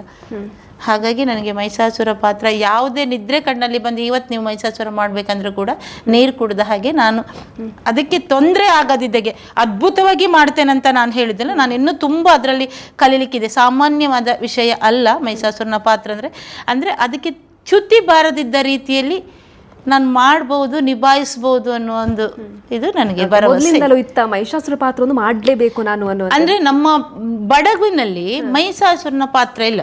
ಪೌರಾಣಿಕ ಪಾತ್ರಗಳಲ್ಲಿ ಅಲ್ಲಿ ಒಂದು ಜಾಸ್ತಿ ಆಗಿದೆ. ಈಗ ಸಾಮಾಜಿಕ ಆಟಗಳ ಯಕ್ಷಗಾನ ಆಗೋದು ಜಾಸ್ತಿ ಅಲ್ಲಿ. ಆದ್ರೂ ಕೂಡ ನಾವು ತುಂಬಾ ಹಿಂದೆ ಒಂದ್ಸಾರಿ ಆ ಯಕ್ಷಗಾನದ ಹುಚ್ಚು ಎಷ್ಟು ಇರ್ತದೆ ಅಂತ ಹೇಳಿದ್ರೆ ಮೇಡಮ್, ನಮಗೆ ರಾತ್ರಿ ನಾವು ಒಂದು ಆಟಕ್ಕೆ ಹೋಗಿ ಬಂದ್ರೆ ಬೆಳಿಗ್ಗೆ ಅಲ್ಲಿ ನಿಮಗೆ ಆಟದ ಇಂಟ್ರೆಸ್ಟ್ ಅಂತ ಹೇಳಿದ್ರೆ, ಈಗ ಆದ್ರೆ ಏನ್ ಹೇಳಿ, ಕೂತ್ಕೊಳ್ಳೋಕೆ ಚೇರ್ ಬೇಕು, ಹತ್ತಿರ ಪ್ಯಾನ್ ಬೇಕು ಅಂತದ್ದೆಲ್ಲ ನಾವು ಅಪೇಕ್ಷೆ ಪಡ್ತೇವೆ. ಆಗ ಹಾಗಲ್ಲ, ಬೈಲಲ್ಲಿ ಗದ್ದೆ ಬೈಲಲ್ಲಿ ಆಟ ಆಗುದು, ಈ ಟೆಂಟ್ ಮೇಳಗಳಲ್ಲದೆ ಇರುವಾಗ ಈ ಬಯಲಾಟಗಳೆಲ್ಲ ಗದ್ದೆ ಬೈಲಲ್ಲಿ ಆಟ ಆಗ್ತದೆ. ಅಲ್ಲಿ ಹೋಗಿ ರಂಗಸ್ಥಳ ಅಲ್ಲಾದ್ರೆ ಅದ್ರ ಎದುರುಗಡೆನೆ ಹೋಗಿ ನಾವು ಇಷ್ಟು ಸಣ್ಣ ಜಾಗ ಸಿಕ್ಕಿದ್ರೆ ಸಾಕು ಕೂತ್ಕೊಳ್ತಿದ್ವಿ. ಕೂತ್ಕೊಂಡು ಇಡೀ ರಾತ್ರಿ ಆಟ. ನಾನು ನನ್ನ 4-5 ಜನ ಒಂದು ಫ್ರೆಂಡ್ಸ್ಗಳಿದ್ದೇವೆ, ನಾವು ವನಜಾಲ ಬೆಸ್ಟ್ ಫ್ರೆಂಡ್ ನಮ್ದು, ಅವರೆಲ್ಲ ಜೊತೆಗೆ ಹೋಗಿ ಕೂತ್ಕೊಂಡು ಆಟ ನೋಡಿ ಬಂದು ಬೆಳಿಗ್ಗೆ ಅದೇ ಪಾತ್ರಗಳನ್ನ ನಾವು ಮಾಡ್ತಾ ಇದ್ವಿ ಅಂತ.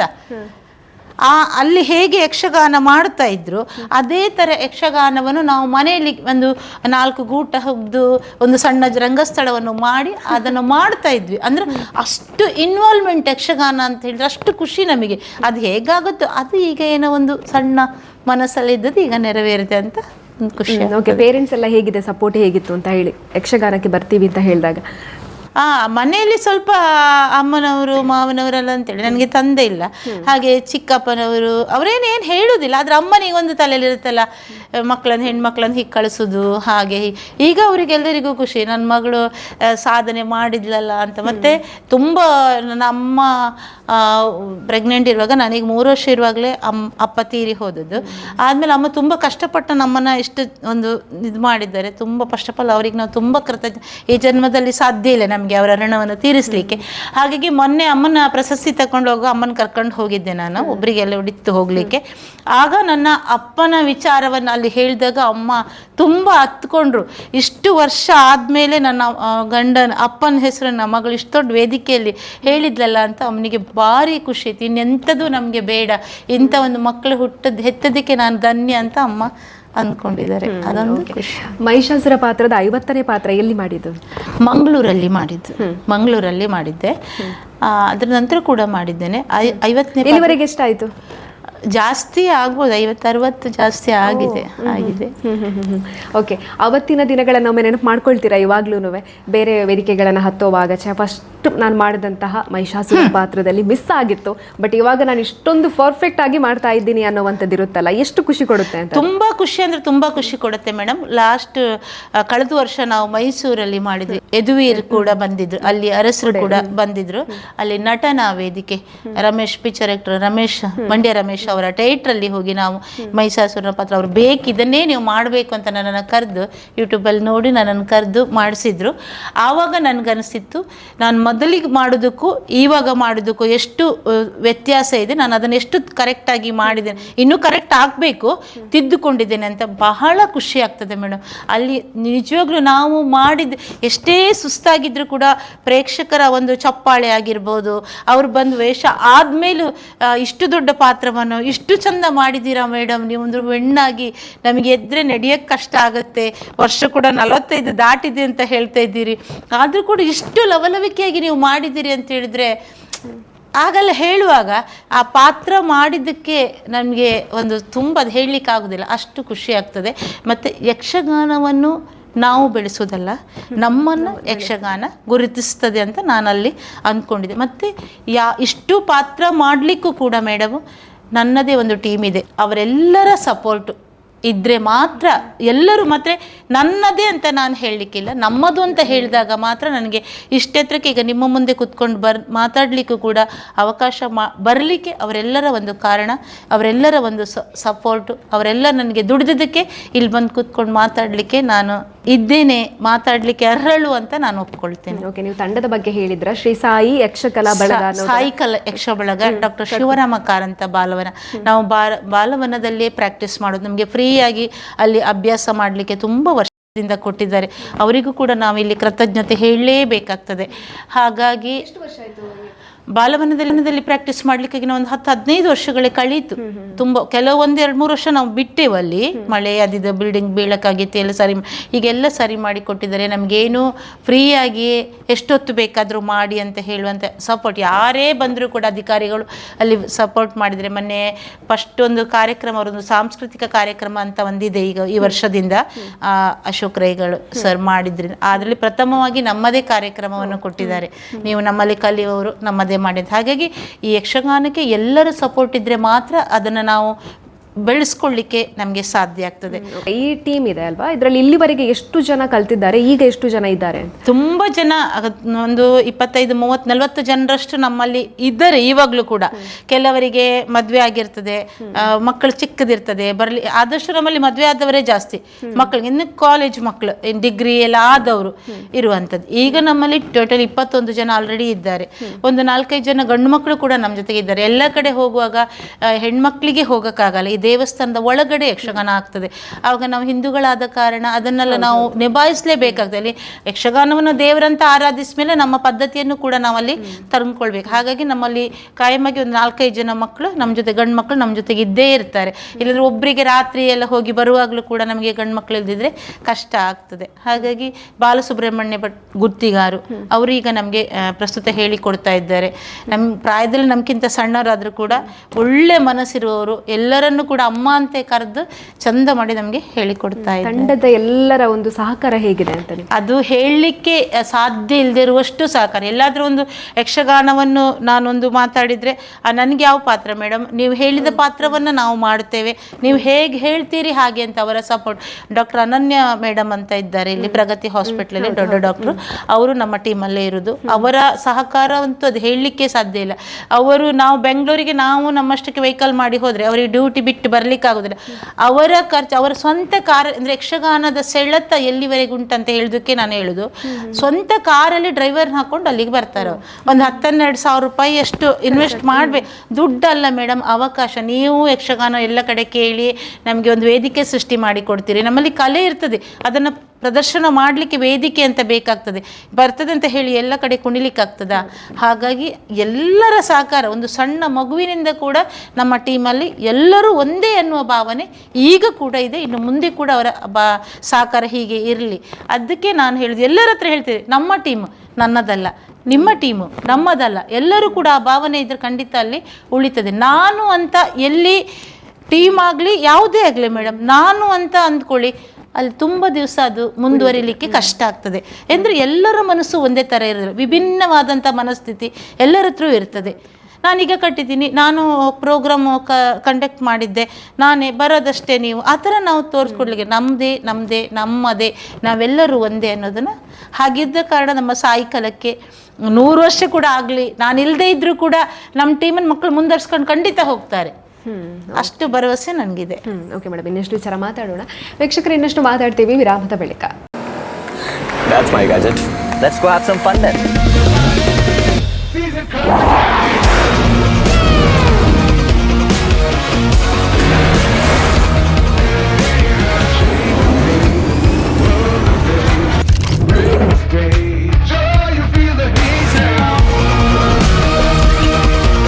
Introducing the hot and techy Brezza SCNG. Cool new SCNG tech for a cool new generation. ವಿರಾಮದ ಬಳಿಕ ಮತ್ತೆ ಕಾರ್ಯಕ್ರಮಕ್ಕೆ ಸ್ವಾಗತ. ಮೇಡಮ್, ನಾವು ಮಾತಾಡ್ತಾ ಇದ್ವಿ, ಯಕ್ಷಗಾನದ ಬಗ್ಗೆ ಮಾತನಾಡಿದ್ವಿ. ಅದರ ಜೊತೆಗೆ ನೀವು ಸಾಹಿತ್ಯದಲ್ಲೂ ಕೂಡ ಗುರುತಿಸಿಕೊಂಡಿದ್ದೀರಾ, ಒಂದಿಷ್ಟು ಕವನಗಳನ್ನು ಕೂಡ ಬರಿತೀರಾ ಅನ್ನುವಂಥದ್ದು. ಅದರ ಜೊತೆಗೆ ನಾಟಕದಲ್ಲಿ ಕೂಡ ಅಭಿನಯವನ್ನು ಮಾಡಿದ್ದೀರಾ ಅಂತ. ಮೂಕಜ್ಜಿಯ ಕನಸು ನಾಟಕದಲ್ಲಿ ಪ್ರಮುಖವಾಗಿರುವಂಥ ಪಾತ್ರ ಕೂಡ ನೀವು ಅಭಿನಯವನ್ನು ಮಾಡಿದ್ದೀರಾ. ಹಾಗಾಗಿ ನಾಟಕದ ಜರ್ನಿಯ ಬಗ್ಗೆ ಮಾತಾಡೋದಾದ್ರೆ, ನಾಟಕ ಬಾಲವನದಲ್ಲಿ ಪ್ರಾಕ್ಟೀಸ್ ಮಾಡ್ತಾರೆ, ಹೇಳಿಕೊಡ್ತಾರೆ ಅಂತ ನನ್ನ ಫ್ರೆಂಡು ಅನ್ನಪೂರ್ಣ ಅಂತ ಇದ್ದರು. ಅವರು, ನೀವು ಬರ್ತೀರಾ ನಾಟಕ, ನಿಮಗೆ ಇಂಟ್ರೆಸ್ಟ್ ಇತ್ತಾ ಅಂತ ಕೇಳಿದ್ರು. ಅದು ತುಂಬ ಇಂಟ್ರೆಸ್ಟ್, ನಂಗೆ ನಾಟಕ ಅಂದರೆ ತುಂಬ ಇಂಟ್ರೆಸ್ಟ್, ನಾನು ಬರ್ತೇನೆ, ನನ್ನನ್ನು ತಗೊಳ್ತಾರಾ ಅಂತ. ನೀವು ಬನ್ನಿ ಫಸ್ಟಿಗೆ ಅಂತಂದರೆ, ಆವಾಗ ಮೋಹನ್ ಸೋನಾ ಅಂತ ಹೇಳಿ ದೊಡ್ಡ ನಾಟಕ ಡೈರೆಕ್ಟರ್ ಅವರು, ಹೇಳಿಕೊಡುವವರು, ಇವಾಗ ಇಲ್ಲ ಅವರು, ಮತ್ತು ಚಂದ್ರ ಸೌಗಂಧಿಕ ಅಂತ ಅವರಿದ್ದರು. ಆವಾಗ ನಾನು, ನಿಮಗೆ ಇಂಟ್ರೆಸ್ಟ್ ಉಂಟಾ ಮೇಡಮ್ ಅಂತ ಕೇಳಿದರು. ಇದೆ ಸರ್ ಅಂತ ಹೇಳಿದೆ. ಹಾಗೆ ಮಹಾಮಾಯಿ ನಾಟಕವನ್ನು ಫಸ್ಟಾಗಿ ಒಂದು ಪ್ರದರ್ಶನ ಮಾಡಬೇಕು ನಿಮಗೆ ಪಾತ್ರವನ್ನು ಕೊಡ್ತೇನೆ ಅಂತ ಹೇಳಿದರು. ಅಲ್ಲಿ ಮಹಾಮಾಯಿಯ ಪಾತ್ರವನ್ನೇ ನನಗೆ ಕೊಟ್ಟರು. ಚಂದ ಮಾಡಿ ಅಭಿನಯಿಸಿ ತುಂಬ ಪ್ರದರ್ಶನವನ್ನು ಮಾಡಿದ್ದೇವೆ. ಅದನ್ನು ತುಂಬ ಅನುಭವ, ಅದರದ್ದೊಂದು ಪ್ರಾಕ್ಟೀಸ್ ಆಗಲಿ, ತುಂಬ ರಾತ್ರಿ ಕಟ್ಟು ಪ್ರಾಕ್ಟೀಸ್ ಮಾಡ್ತಿದ್ರು. ಅದರ ಅನುಭವ ಹೇಳಲಿಕ್ಕೆ ಅಷ್ಟು ಖುಷಿ ಆಗ್ತದೆ. ಈಗನೂ ಆ ಪಾತ್ರವನ್ನು ಮಾಡಿದಷ್ಟು ಅನುಭವ ಆಗ್ತಾ ಇದೆ ನನಗೆ. ಹಾಗೆ ಅದಾದ ನಂತರ ಮೂಕಜ್ಜಿಯ ಕನಸನ್ನು ಮಾಡುವ ಅಂಥೇಳಿ ಪಾತ್ರ ಎಲ್ಲ ಹಂಚಲಿಕ್ಕಾಯಿತು. ಆ ಪಾತ್ರ ಹಂಚುವಾಗ ಮೋಹನ್ ಸನು ಸರ್ ಹೇಳಿದರು, ಪ್ರೇಮ ಮೇಡಮ್ಮು ಆ ಪಾತ್ರವನ್ನು ನಾಗಿಯ ಪಾತ್ರವನ್ನೇ ಮಾಡಬೇಕು ಅಂತ ಹೇಳಿದರು. ಅದನ್ನು ನನಗೆ ಕಷ್ಟ ಆಗಲಿ, ಇಲ್ಲ ನಿಮಗೆ ಕುಂದಾಪುರದ ಕನ್ನಡ ಬರ್ತದೆ ಮತ್ತು ಆ ಒಂದು ಸೊಗಡು ನಿಮ್ಮಲ್ಲಿದೆ, ಹಾಗಾಗಿ ನೀವು ಆ ಪಾತ್ರವನ್ನು ಮಾಡಬೇಕು ಅಂತೇಳಿ ತುಂಬ ಪ್ರಾಕ್ಟೀಸ್ ಮಾಡಿಸಿದ್ದಾರೆ ಆ ಪಾತ್ರಕ್ಕೆ. ಒಂದ್ಸರಿ ಉಮಾಶ್ರೀ ಅಮ್ಮ ಕೂಡ ನಾವು ಪ್ರಾಕ್ಟೀಸ್ ಮಾಡೋದನ್ನು ಅಲ್ಲಿಗೆ ಭೇಟಿ ಕೊಟ್ಟಿದ್ದೆ. ಅವರು ಮಂತ್ರಿಯಾಗಿದ್ದಾಗ, ಸಚಿವೆ ಆಗಿದ್ದರು, ಅವರು ಸಾಂಸ್ಕೃತಿಕ ಸಚಿವೆ ಆಗಿದ್ದಾಗ ಬಂದಿದ್ದರು ಬಾಲವನಕ್ಕೆ. ಆಗ ಕೂಡ ಹೇಳ್ತೀವಿ ಎಂತೆಂಥ ಒಂದು ಅಭಿನಯ ಮಾಡೋ ಮಕ್ಕಳು ಇಲ್ಲೆಲ್ಲ ಇದ್ದಾರೆ ಅಂತ. ತುಂಬ ಹೊತ್ತು ನೋಡ್ಕೊಂಡು ಕೂಡ ಹೋಗಿದ್ರು ಅವರು ಅವತ್ತು ನಾವಲ್ಲಿ ಪ್ರಾಕ್ಟೀಸ್ ಮಾಡುವಾಗ. ತುಂಬ ಅದ್ಭುತವಾಗಿ ಹೇಳಿಕೊಟ್ಟಿದ್ದಾರೆ ಮೇಡಮ್. ಅದು ಹೇಳಲಿಕ್ಕೆ ಸಾಕಾಗಲ್ಲ, ಅಷ್ಟು ಚಂದ. ಆ ನಾಗಿಯ ಪಾತ್ರವನ್ನು ಮಾಡುವಾಗ ನಾಗಿಯೇ ಅಂತ ಹೇಳಿ ಅವರು ಹೇಳಿದ್ರು, ಈ ಪಾತ್ರವನ್ನು ಮಾಡಿದವರು ಪ್ರೇಮ ಮೇಡಮಿಗಲ್ಲದೆ ಬೇರೆಯವರಿಗೆ ಕಷ್ಟ ಅನ್ನೋ ಥರ ಸ್ವರವನ್ನು ತಿದ್ದಿ ಮಾಡಿ ತುಂಬ ಇಷ್ಟಪಟ್ಟು ನಾನು 3-4-5-6 ನಾಟಕವನ್ನು ಮಾಡಿದ್ದೇವೆ. ಬೇರೆ ಬೇರೆ ಕಡೆ, ಮಡಿಕೇರಿ ಅಲ್ಲಿಲ್ಲೆಲ್ಲ, ಸುಳ್ಯ 2-3 ಕಡೆ, ಬೆಂಗಳೂರು ಹತ್ರ ಕೂಡ ಇಲ್ಲೊಂದು ಸಣ್ಣ ಹಳ್ಳಿಗೆ ಎಲ್ಲ ಕಡೆ ಹೋಗಿ ಆ ಪಾತ್ರವನ್ನು ಮಾಡಿದೆ. ತುಂಬ ಇಷ್ಟ. ಯಾವುದೇ ಪಾತ್ರವನ್ನ ಕೊಟ್ಟರು ಕೂಡ ಜೀವ ತುಂಬ್ತೀರಾ ಅಂತ ಸಮರ್ಥವಾಗಿ ಹೇಳಿಕೊಡ್ತಾರೆ ಚಂದ ಮಾಡಿ. ಮತ್ತು ಅದೇ ಆಸಕ್ತಿ ಇದ್ದ ಕಾರಣ ಅದನ್ನು ಹಗಲು ರಾತ್ರಿ ತುಂಬ ಪೇಜ್ಗಳ ಗಟ್ಟಲೆ ಬರವಣಿಗೆ ಇರ್ತದೆ, ಬಾಯ್ಪಾಠ ಮಾಡಬೇಕು ಆ ಥರ ಇದ್ದಕ್ಕೆ ಅದನ್ನ ಅಭ್ಯಾಸ ಮಾಡಿಕೊಂಡು ಮಾಡಲಿಕ್ಕೆ ನನಗೆ ಸಾಧ್ಯ ಆಯಿತು. ಅದನ್ನು ಜನ ಮೆಚ್ಚಿದ್ದಾರೆ. ನಾನು ಮಾಡಿದ್ದೆ ಅನ್ನೋದಕ್ಕಿಂತನೂ ಜನ ಮೆಚ್ಚಿ ನೀವು ಮಾಡಿದ್ದೀರಿ ಅನ್ನೋದು ಒಪ್ಕೊಂಡ್ರೆ ಆ ಮಾಡಿದ್ದಕ್ಕೆ ಸಾರ್ಥಕ ಆಗ್ತದೆ. ನಾನು ಮಾಡಿದ್ದೇನೆ ಅಂತ ಹೇಳೋದಲ್ಲ, ಜನ ಒಪ್ಕೊಂಡಿದ್ದಾರೆ. ಎಷ್ಟು ನಾಟಕಗಳನ್ನು ಮಾಡಿದಿರಿ ಇಲ್ಲಿವರೆಗೆ? ಮಹಾಮಾಯಿ, ಕೆರೆಗೆ ಹಾರ ಎನ್ನುವ ನಾಟಕ ತುಂಬ ಸರಿ ಮಾಡಿದ್ದೇವೆ ಅದನ್ನು. ಆಮೇಲೆ ಶಾಕುಂತಳೆ ನಾಟಕ, ಅದು ನಾನು ಹೈಸ್ಕೂಲ್ ಇದರಲ್ಲೇ ಮಾಡಿದ್ದೆ.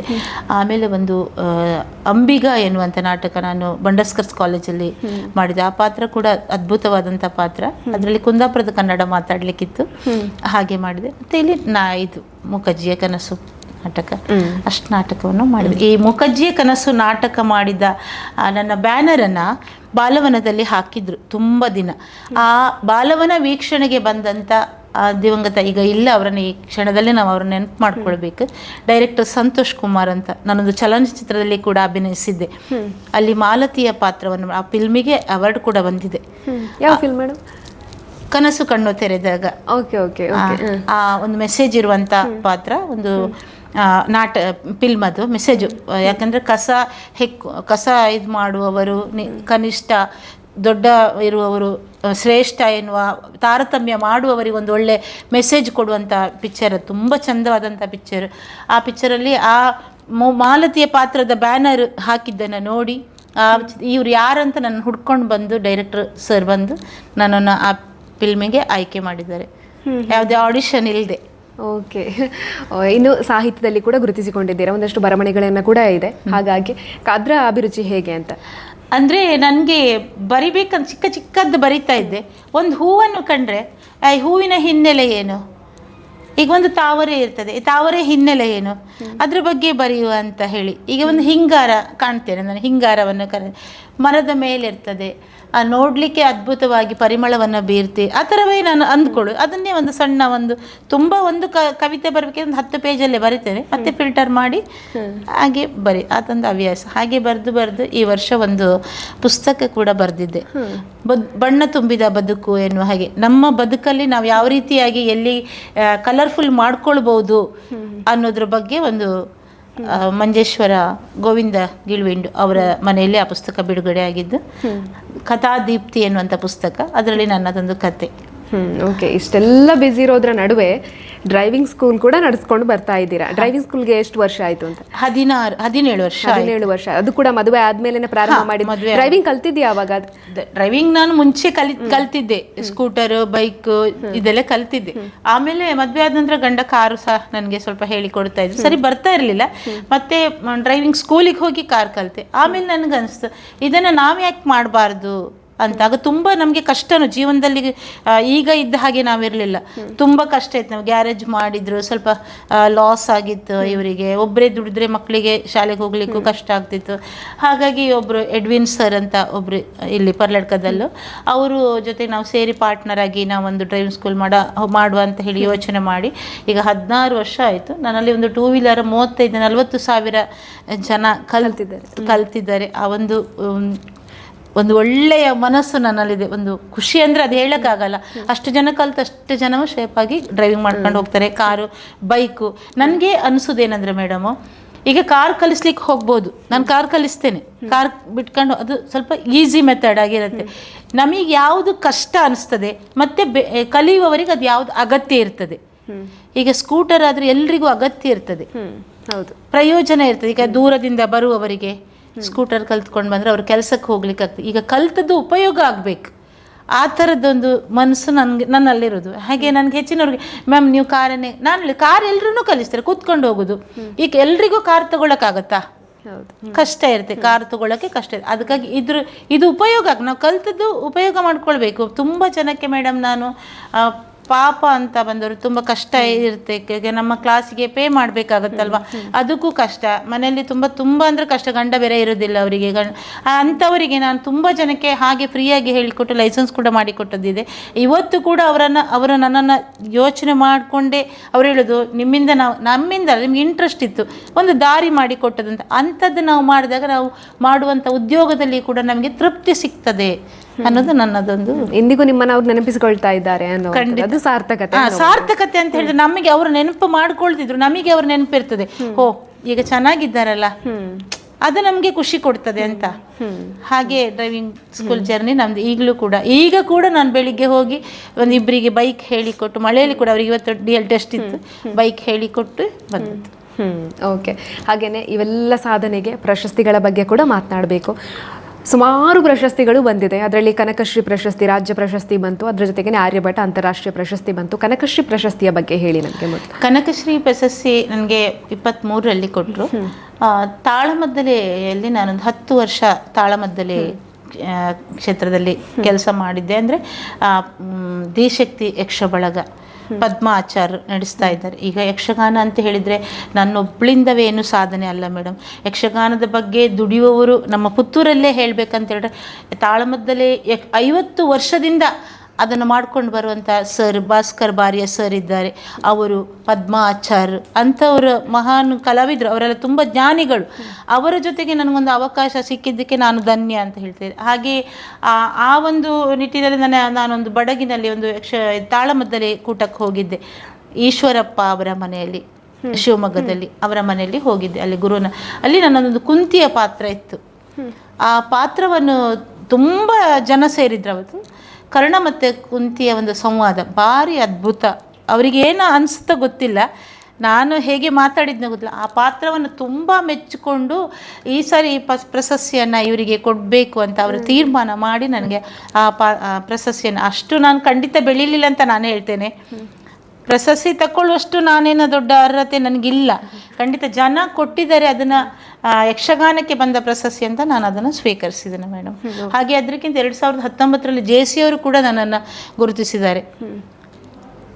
ಡ್ರೈವಿಂಗ್ ಇದರಲ್ಲಿ ಅವರು ಇಷ್ಟು ಜನಕ್ಕೆ ಸಾಧನಶ್ರೀ ಅಂತ ಒಂದು ಪ್ರಶಸ್ತಿ ಆವಾಗಲೇ ಕೊಟ್ಟಿದ್ದಾರೆ. ಅವರನ್ನು ಕೂಡ ನಾನು ಮೊದಲು ಎಷ್ಟೇ ಪ್ರಶಸ್ತಿ ಬರಲಿ ಮೇಡಮ್, ನಾವು ಇದ್ದ ಥರವೇ ಇರಬೇಕಂತ ನನ್ನದೊಂದು ಇದೆ. ಈಗ ಸೂರ್ಯ ಹುಟ್ಟುವಾಗ ನೋಡಿ ಎಷ್ಟು ದೊಡ್ಡದಾಗಿ ಹುಟ್ಟುತ್ತಾನೆ, ಕಾಣ್ತಾನೆ, ನಮಗೆ ದೊಡ್ಡದಾಗಿ ಕಾಣ್ತಾನೆ. ಅವನು ಮೇಲೆ ಮೇಲೆ ಮೇಲೆ ಹೋದಾಗ ಸಣ್ಣದಾಗಿ ಕಾಣ್ತಾನೆ. ನಾನು ಕೂಡ ಹಾಗೇ ಇರಬೇಕು, ಎಂಥ ಪ್ರಶಸ್ತಿ ಬರಲಿ. ಅದು ಜನ ಕೊಟ್ಟು, ನಾವು ಪ್ರಶಸ್ತಿ ತಗೊಳ್ಳುವಷ್ಟು ಮಟ್ಟಕ್ಕೆ ಬೆಳೆದಿಲ್ಲ. ನಮಗಿಂತ ಜಾಸ್ತಿ ಸಾಧನೆ ಮಾಡಿದವರು ಎಷ್ಟೊಂದು ಜನ ಇದ್ದಾರೆ. ಆದರೆ ಜನ ಮತ್ತು ಎಲ್ಲರ ಆಶೀರ್ವಾದ, ಗುರು ಹಿರಿಯರ ಆಶೀರ್ವಾದ, ಮಾಲಿಂಗೇಶ್ವರನ ಅನುಗ್ರಹದಿಂದ ಬಂದಿದೆ. ಓಕೆ. ಆರ್ಯಭಟ ಪ್ರಶಸ್ತಿಯ ಬಗ್ಗೆನೂ ಹೇಳಬೇಕು. ನಮಗೆ 2026ರಲ್ಲಿ ಸಿಕ್ಕಿರುವಂಥದ್ದು ಒಂದು ರೀತಿಯಾಗಿ ಅದು ಜಾಸ್ತಿನೇ ಹೆಮ್ಮೆ ತರುವಂಥದ್ದು. ಯಾಕೆ ಅಂತ ಕೇಳಿದರೆ ಅದು ಅಂತಾರಾಷ್ಟ್ರೀಯ ಮಟ್ಟದ ಪ್ರಶಸ್ತಿ. ಹಾಗಾಗಿ ಅದ್ರ ಬಗ್ಗೆ ಹೇಳಿ. ಒಂದು ದಿವಸ ನನಗೆ ಆರ್ಯಭಟ ಸಂಸ್ಥೆಯಿಂದ ಕಾಲ್ ಬಂತು, ನಿಮ್ಮ ಡೀಟೇಲ್ಸ್ನೆಲ್ಲ ಕಳಿಸಿ ಮೇಡಮ್ ಅಂತ. ಹಾಗೆ ನಾನು ಎಂತ ಕಳಿಸ್ಬೇಕು ಅಂತ ಹೇಳಿದೆ, ನಿಮ್ಮದೆಲ್ಲ ನಾವು ನೋಡಿದ್ದೇವೆ ಯೂಟ್ಯೂಬಲ್ಲಿ, ಅದರಲ್ಲಿ ಇದರಲ್ಲೆಲ್ಲ ನಾವು ನೋಡ್ತಾ ಇದ್ದೀವಿ, ಆದರೆ ನಿಮ್ಮದೆಲ್ಲ ಫೈಲ್ ಮಾಡಿ ನಮಗೆ ಬಯೋಡಾಟನ ಬರೆದು ಕಳಿಸ್ಬೇಕಂತೇಳಿ. ಆಗ ನನಗೆ ಅಷ್ಟು ಚಂದ ಬರೀಲಿಕ್ಕೆಲ್ಲ ಬರೆಯೋದನ್ನೊಂದು ಅಫಿಷಿಯಲ್ ಆಗಿ ಬರಿಬೇಕಂದ್ರೆ ತುಂಬ ಕಷ್ಟ ಇದೆ ಬರೀಲಿಕ್ಕೆ. ಹಾಗೆ ನಾನು ಅದನ್ನು ಕೂಡ ನನಗೆ ಬರೆದು ಕೊಟ್ಟದ್ದು ಸಂಪಾಜೆ ಸರ್ ಅದನ್ನು ಹೇಗೆ ಸರ್ ಬಂದಿದ್ದಾರೆ ಆಗಲೇ ಅಮ್ಮ ಅವ್ರು ಕೇಳಿದ್ದೀರಲ್ಲ, ನಾನು ಹೇಳಿದೆ ನನಗೆ ಬೇಡ ಅಂತ ಆಗ್ತದೆ ಸರ್, ಇಲ್ಲ ಕೊಡ್ಬೇಕು, ಕೇಳಿದ್ದನ್ನು ನೀವು ಕೊಡಿ, ಬರ್ತದೋ ಬಿಡ್ತದೋ ನಿಮ್ಮಲ್ಲಿ ಅರ್ಹತೆ ಇದ್ದರೆ ಖಂಡಿತ ಕೊಡ್ತಾರೆ ಅಂತ ಹೇಳಿ ಅವರು ಅದನ್ನೆಲ್ಲ ಬರೆದು ಕೊಟ್ಟರು ನನಗೆ. ಹಾಗೆ ನಾನು ಅದನ್ನು ತಗೊಂಡೋಗಿ ಕೊಟ್ಟೆ. ಆಮೇಲೆ ಬಂದರೆ ಬರಲಿ, ಬಡ್ದಿದ್ರೆ ಇರಲಿ ಅಂತೇಳಿ ತಗೊಂಡೋಗಿ ಕೊಟ್ಟೆ. ಒಂದು 21 ದಿವಸ ಆಯಿತು. ಆಮೇಲೆ ಒಂದು ಲೆಟ್ರ್ ಬಂತು ನನಗೆ, ನೀವು ಈ ಪ್ರಶಸ್ತಿಗೆ ಆಯ್ಕೆ ಆಗಿದ್ದೀರಿ ಮೇಡಮ್, ನಿಮಗೆ ಈ ಪ್ರಶಸ್ತಿ ಕೊಡೋದಂತ ನಾವು ತೀರ್ಮಾನ ಮಾಡಿದ್ದೇವೆ ಅಂತ. ಆಗೋ ಭಾಳ ಖುಷಿ ಆಯ್ತು. ನಾನು ಫಸ್ಟಿಗೆ ಹೇಳಿದ್ದೆ ಸರಿಗೆ ನನಗೆ ಹೀಗೆ ಬಂದಿದೆ ಅಂತ. ಮತ್ತು ನನ್ನ ಗುರುಗಳು ಬಾಲಸುಬ್ರಹ್ಮಣ್ಯ ಮಠ ಅವರು ಭಾರಿ ಅಂದರೆ ಅಷ್ಟು, ಅಮ್ಮ ಹೌದಾ ಖುಷಿ ಆಯಿತು, ನಿಮ್ಮ ಪ್ರಯತ್ನಕ್ಕೆ ಸಿಕ್ಕಿದ ಫಲ ಅದು ಅಂತ ಹೇಳಿದರು. ಆಮೇಲೆ ಮೇ 23ಕ್ಕೆ ನಮಗೆ ಹೋಗಲಿಕ್ಕಿತ್ತು. ಅದೊಂದು ಅದ್ಭುತವಾದ ಒಂದು ಅನುಭವ ಮೇಡಮ್ ರವೀಂದ್ರ ಕಲಾಕ್ಷೇತ್ರದಲ್ಲಿ. ಯಾಕಂದರೆ ತುಂಬ ಸಾಧನೆ ಮಾಡಿದವರಿದ್ದಾರೆ, ಅವರ ಎದುರಿಗೆ ನನಗೆ ಕೂತ್ಕೊಳ್ಳಿಕ್ಕೂ ಅರ್ಹತೆ ಇಲ್ಲ ಅಂದ್ಕೊಳ್ಳೋದು ನಾನು. ಅಂತಂಥ ಸಾಧನೆ ಮಾಡಿದವರ ಎದುರಿಗೆ ಒಂದು ನನ್ನನ್ನು ಅವರ ಸಾಲಲ್ಲಿ ಕೂತ್ಕೊಳ್ಳಿಕ್ಕೆ ಸಹಕರಿಸಿದ್ರಲ್ಲ, ಅವರನ್ನೆಲ್ಲ ನಾವು ಯಾವಾಗಲೂ ಮರೀಲಿಕ್ಕಿಲ್ಲ. ಕ್ಷಣ ಕೂಡ ಅವರನ್ನು ನಾನು ಯೋಚನೆ ಮಾಡ್ತಾ ಇರಬೇಕು. ಅಷ್ಟು ಒಂದು ಅದ್ಭುತವಾದಂಥ ವೇದಿಕೆ, ಅಷ್ಟು ದೊಡ್ಡ ದೊಡ್ಡ ವ್ಯಕ್ತಿಗಳು, ಹೈಕೋರ್ಟ್ ಜಡ್ಜು ಅಂಥವ್ರ ಎದುರುಗಡೆ ನನ್ನೊಂದು ಕೂರಿಸಿ ಒಂದು ಸನ್ಮಾನ ಮಾಡಿದ್ರಲ್ಲ, ಅದನ್ನು ಯಾವಾಗಲೂ ಖುಷಿ ಹೇಳ್ಕೊಳಕ್ಕಾಗಲ್ಲ, ಅಷ್ಟು ಖುಷಿ ಪಟ್ಟಿದ್ದೆ ನಾನು. ಸಾರ್ಥಕತೆ ಅಂತ ಹೇಳಿದರೆ ಅಂದರೆ ಯಕ್ಷಗಾನ ಮಾಡಿದ್ದಕ್ಕೆ, ಯಕ್ಷಗಾನ ನಾನು ಅಷ್ಟು ಆರಾಧಿಸಿದ್ದಕ್ಕೆ ನನಗೆ ಅದು ಸಿಕ್ಕಿದ್ದು. ಮತ್ತು ಎಲ್ಲರ ಸಹಕಾರ, ನಮ್ಮ ತಂಡದವರ ಸಹಕಾರ ಪ್ರಥಮ. ಈಗ ಅವರೆಲ್ಲರೂ ಆಟ ಒಬ್ಬ ಮಹಿಷಾಸುರ ಒಬ್ಬನೇ ಮಾಡ್ಲಿಕ್ಕೆ ಆಗ್ತದಾ, ಏಕಪಾತ್ರ ಅಭಿನಯ ಆಗ್ತದೆ. ಅವರೆಲ್ಲರ ಸಹಕಾರ ಇದ್ದ ಕಾರಣ ನನಗೆ ಆ ಪ್ರಶಸ್ತಿ ಬಂದಿದೆ. ಅವರಿಗೆಲ್ರಿಗೂ ಪಾಲಿದೆ ಅದರಲ್ಲಿ. ಇನ್ನಷ್ಟು ಪ್ರಶಸ್ತಿಗಳು ಬರಬೇಕು. ಮಹಾಲಿಂಗೇಶ್ವರ ದೇವರ ಆಶೀರ್ವಾದ ಖಂಡಿತ. ಅವನು ನಾವು ಹೇಳುದು, ಎಲ್ಲರೂ ಆಡು ಮಾತಿಗೆ ಹೇಳ್ತಾರೆ, ಬೇರೆ ಊರಿನಿಂದ ಬಂದವ್ರನ್ನ ಮಹಾಲಿಂಗೇಶ್ವರ ಬಿಡುದಿಲ್ಲ ಅಂತ ಹೇಳ್ತಾರಲ್ಲ, ಇಲ್ಲಿರುವವರನ್ಕಿಂತ ಬೇರೆ ಊರಿನವರನ್ನ ಬಂದರೆ ಮಹಾಲಿಂಗೇಶ್ವರ ಬಿಡುವುದಿಲ್ಲ ಅಂತ ಮಾತು ನಮ್ಮ ಜೀವನದಲ್ಲಿ ಎಲ್ಲ ವಿಚಾರದಲ್ಲಿ ಕೂಡ ಅದು ಅನುಭವ ಆಗಿದೆ. ಮಹಾಲಿಂಗೇಶ್ವರ ನಮ್ಮನ್ನು ಇಷ್ಟು ಎತ್ತರ, ನಮ್ಗೆ ಏನೂ ಇರಲಿಲ್ಲ ಮೇಡಮ್. ನಾವು ಹೇಳಬೇಕಂದ್ರೆ ನನಗೆ ನಮ್ಮ ಜೀವನದಲ್ಲಿ ಆದ ಘಟನೆ ಹೇಳಲಿಕ್ಕೆ ನಮ್ಗೆ ಯಾವುದೇ ಸಂಕೋಚ ಇಲ್ಲ.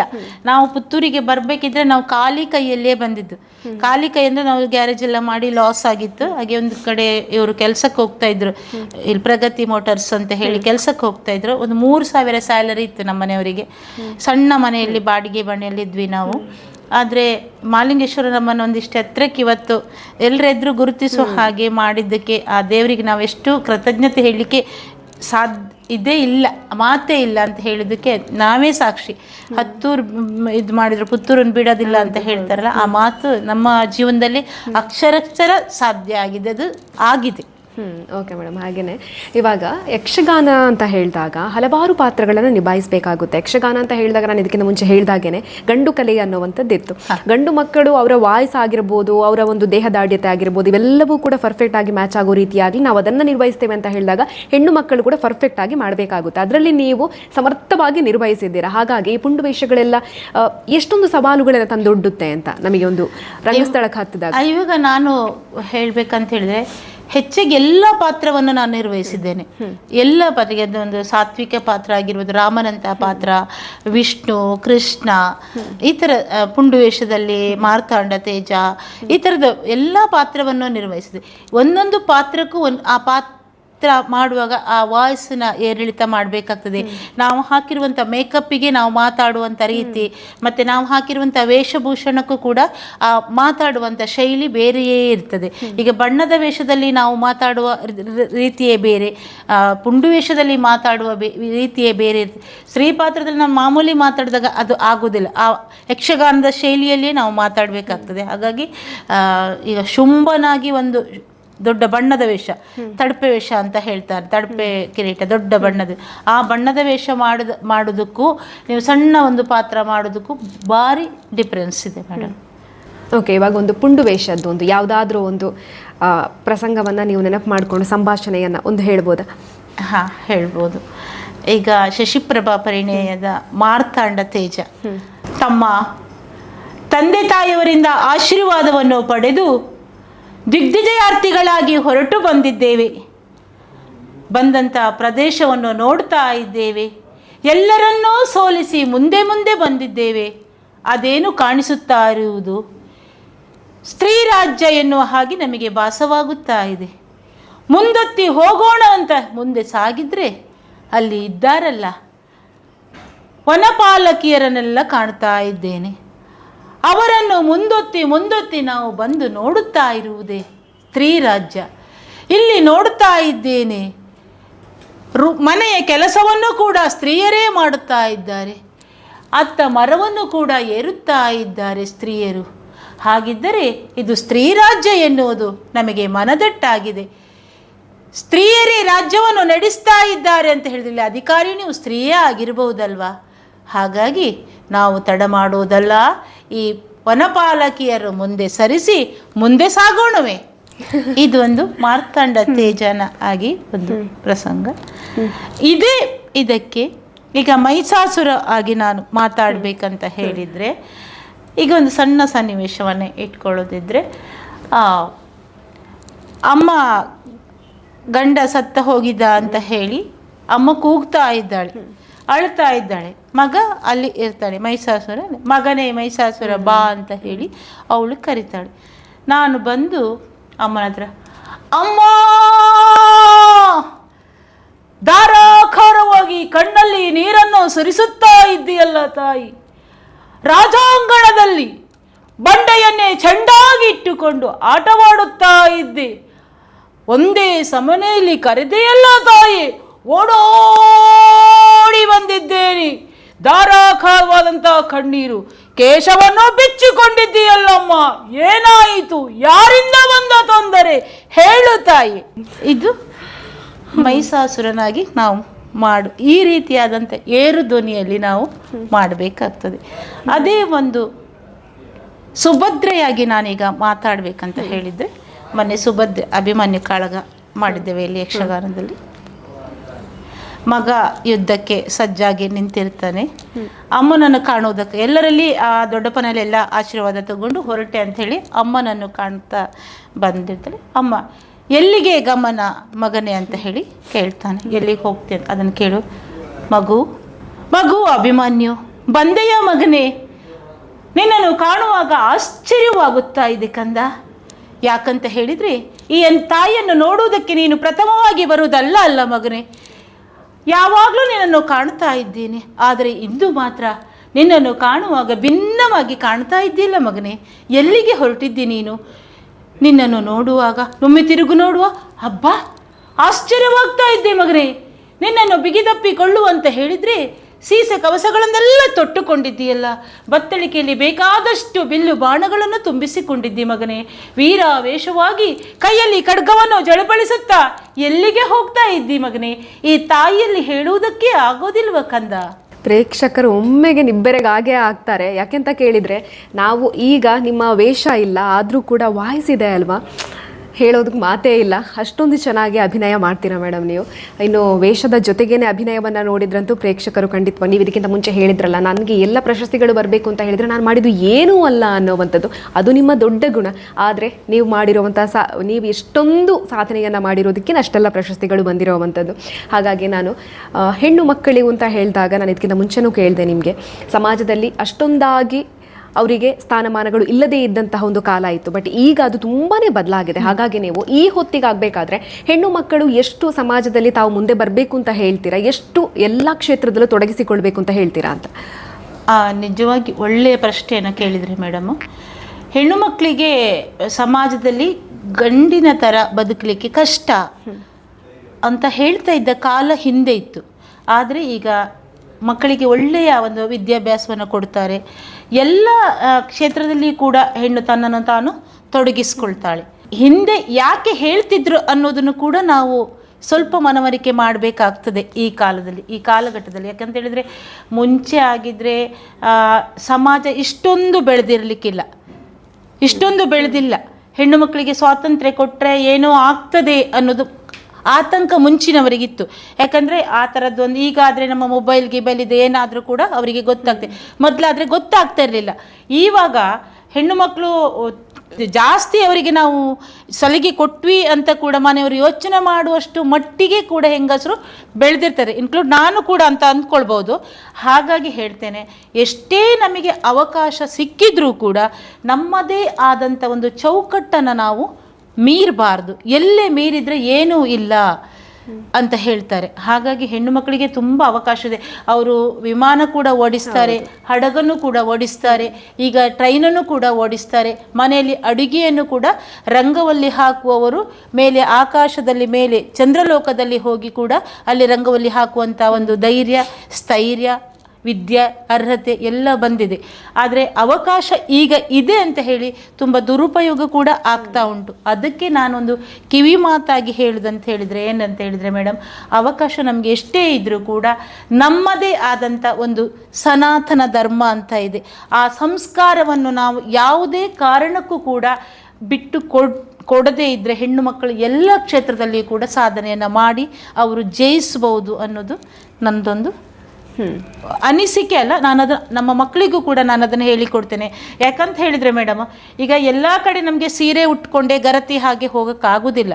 ಆ ಒಂದು ಕೆಲಸಕ್ಕೆ ನಮಗೆ ಈ ರೀತಿಯ ಇರಬೇಕು ಅಂತಿದ್ದಾಗ ಮಾತ್ರ ಅದನ್ನು ನಾವು ಆದಷ್ಟು ಅದನ್ನು ಉಪಯೋಗಿಸಿ, ಬೇರೆ ಟೈಮಲ್ಲಿ ನಾವು ಇರುವ ಉಡುಪನ್ನೇ ಹಾಕಿಕೊಂಡು ಹೋದರೆ ನಮಗೆ ಗೌರವ ಕಡಿಮೆ ಆಗುವುದೇ ಇಲ್ಲ ಅನ್ನೋದು ನನ್ನ ಒಂದು ಅನಿಸಿಕೆ. ಹಾಗಾಗಿ ಹೆಣ್ಣು ಮಕ್ಕಳಿಗೆ ಹೇಳುವುದಂತ ಹೇಳಿದರೆ, ಯಾವ ಕ್ಷೇತ್ರದಲ್ಲಿ ಕೆಲಸ ಮಾಡಿದರೂ ಕೂಡ ಒಂದು ಬಾವಿಗಿಳಿದು ಒಂದು ಬಾವಿಗೆ ಕೊಡಪಾನ ಬಿದ್ದದನ್ನು ಇಳಿದು ತೆಗೆದ ಹಿಂದೆ ಕೂಡ ತೆಗಿತಾ ಇದ್ರು. ನಮ್ಮ ಊರಲ್ಲಿ ಕುಂದಾಪುರದಲ್ಲಿ ಬಾವಿಗೆ ಹಿಂದೆ ಕೂಡ ಬಾವಿಗೆ ಕೊಡಪಾನ ಬಿದ್ದರೆ ತೆಗೆದಂತೆ ಮಹಿಳೆಯರು ಈಗ ಕೂಡ ಇದ್ದಾರೆ. ಅವರಿಗೆ ಗಂಡು ಬೀರಿ ಅಂತ ಯಾರು ಹೇಳಲಿಲ್ಲ. ಈಗ ಅದೇ ಗಂಡು ಬೀರಿ ಅಂತ ಯಾಕೆ ಹೇಳ್ತಾರಂತ ನಾನು ಇಲ್ಲಿ ಹೇಳಿದರೆ ಅದು ಸರಿಯಾಗಲಿಕ್ಕಿಲ್ಲ ಅಲ್ವ. ಹಾಗಾಗಿ ಮೇಡಮ್, ಬೇರೆ ಹೆಣ್ಣು ಮಕ್ಕಳಂದ್ರೂ ಕೂಡ ನಮ್ಮ ಮನೆಯ ಹೆಣ್ಣು ಮಕ್ಕಳೇ ಆಗಿರ್ತಾರೆ. ಈಗ ಗಂಡು ಮಕ್ಕಳಂದ್ರೂ ಕೂಡ ಎಲ್ಲರೂ ಕೂಡ ಗಂಡು ಮಕ್ಕಳು, ನಮ್ಮ ಮನೆಯ ಗಂಡು ಮಕ್ಕಳು ಹಾಗೆ ಇರ್ತಾರೆ.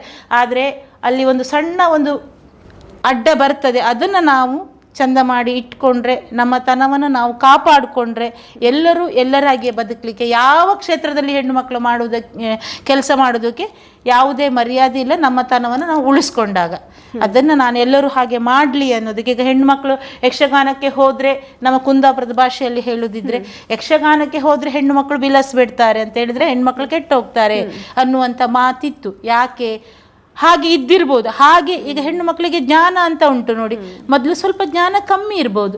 ಈಗ ಜ್ಞಾನ ಏನು ಮಾಡಿದ್ರೆ ಏನಾಗ್ತದಂತ ಆಗೋದು ಮಾತ್ರ ಅಲ್ಲ, ನಾವು ಅದನ್ನು ತಿಳ್ಕೊಳ್ಬೇಕು, ನಾವು ಅಳವಡಿಸ್ಕೊಳ್ಬೇಕು. ನಾವೀಗ ಕೆಲವು ಸರಿ ಆಟಕ್ಕೆ ಹೋಗಿ ಬರುವಾಗ ರಾತ್ರಿ 2 ಗಂಟೆ 3 ಗಂಟೆ ಕೂಡ ಆಗ್ತದೆ.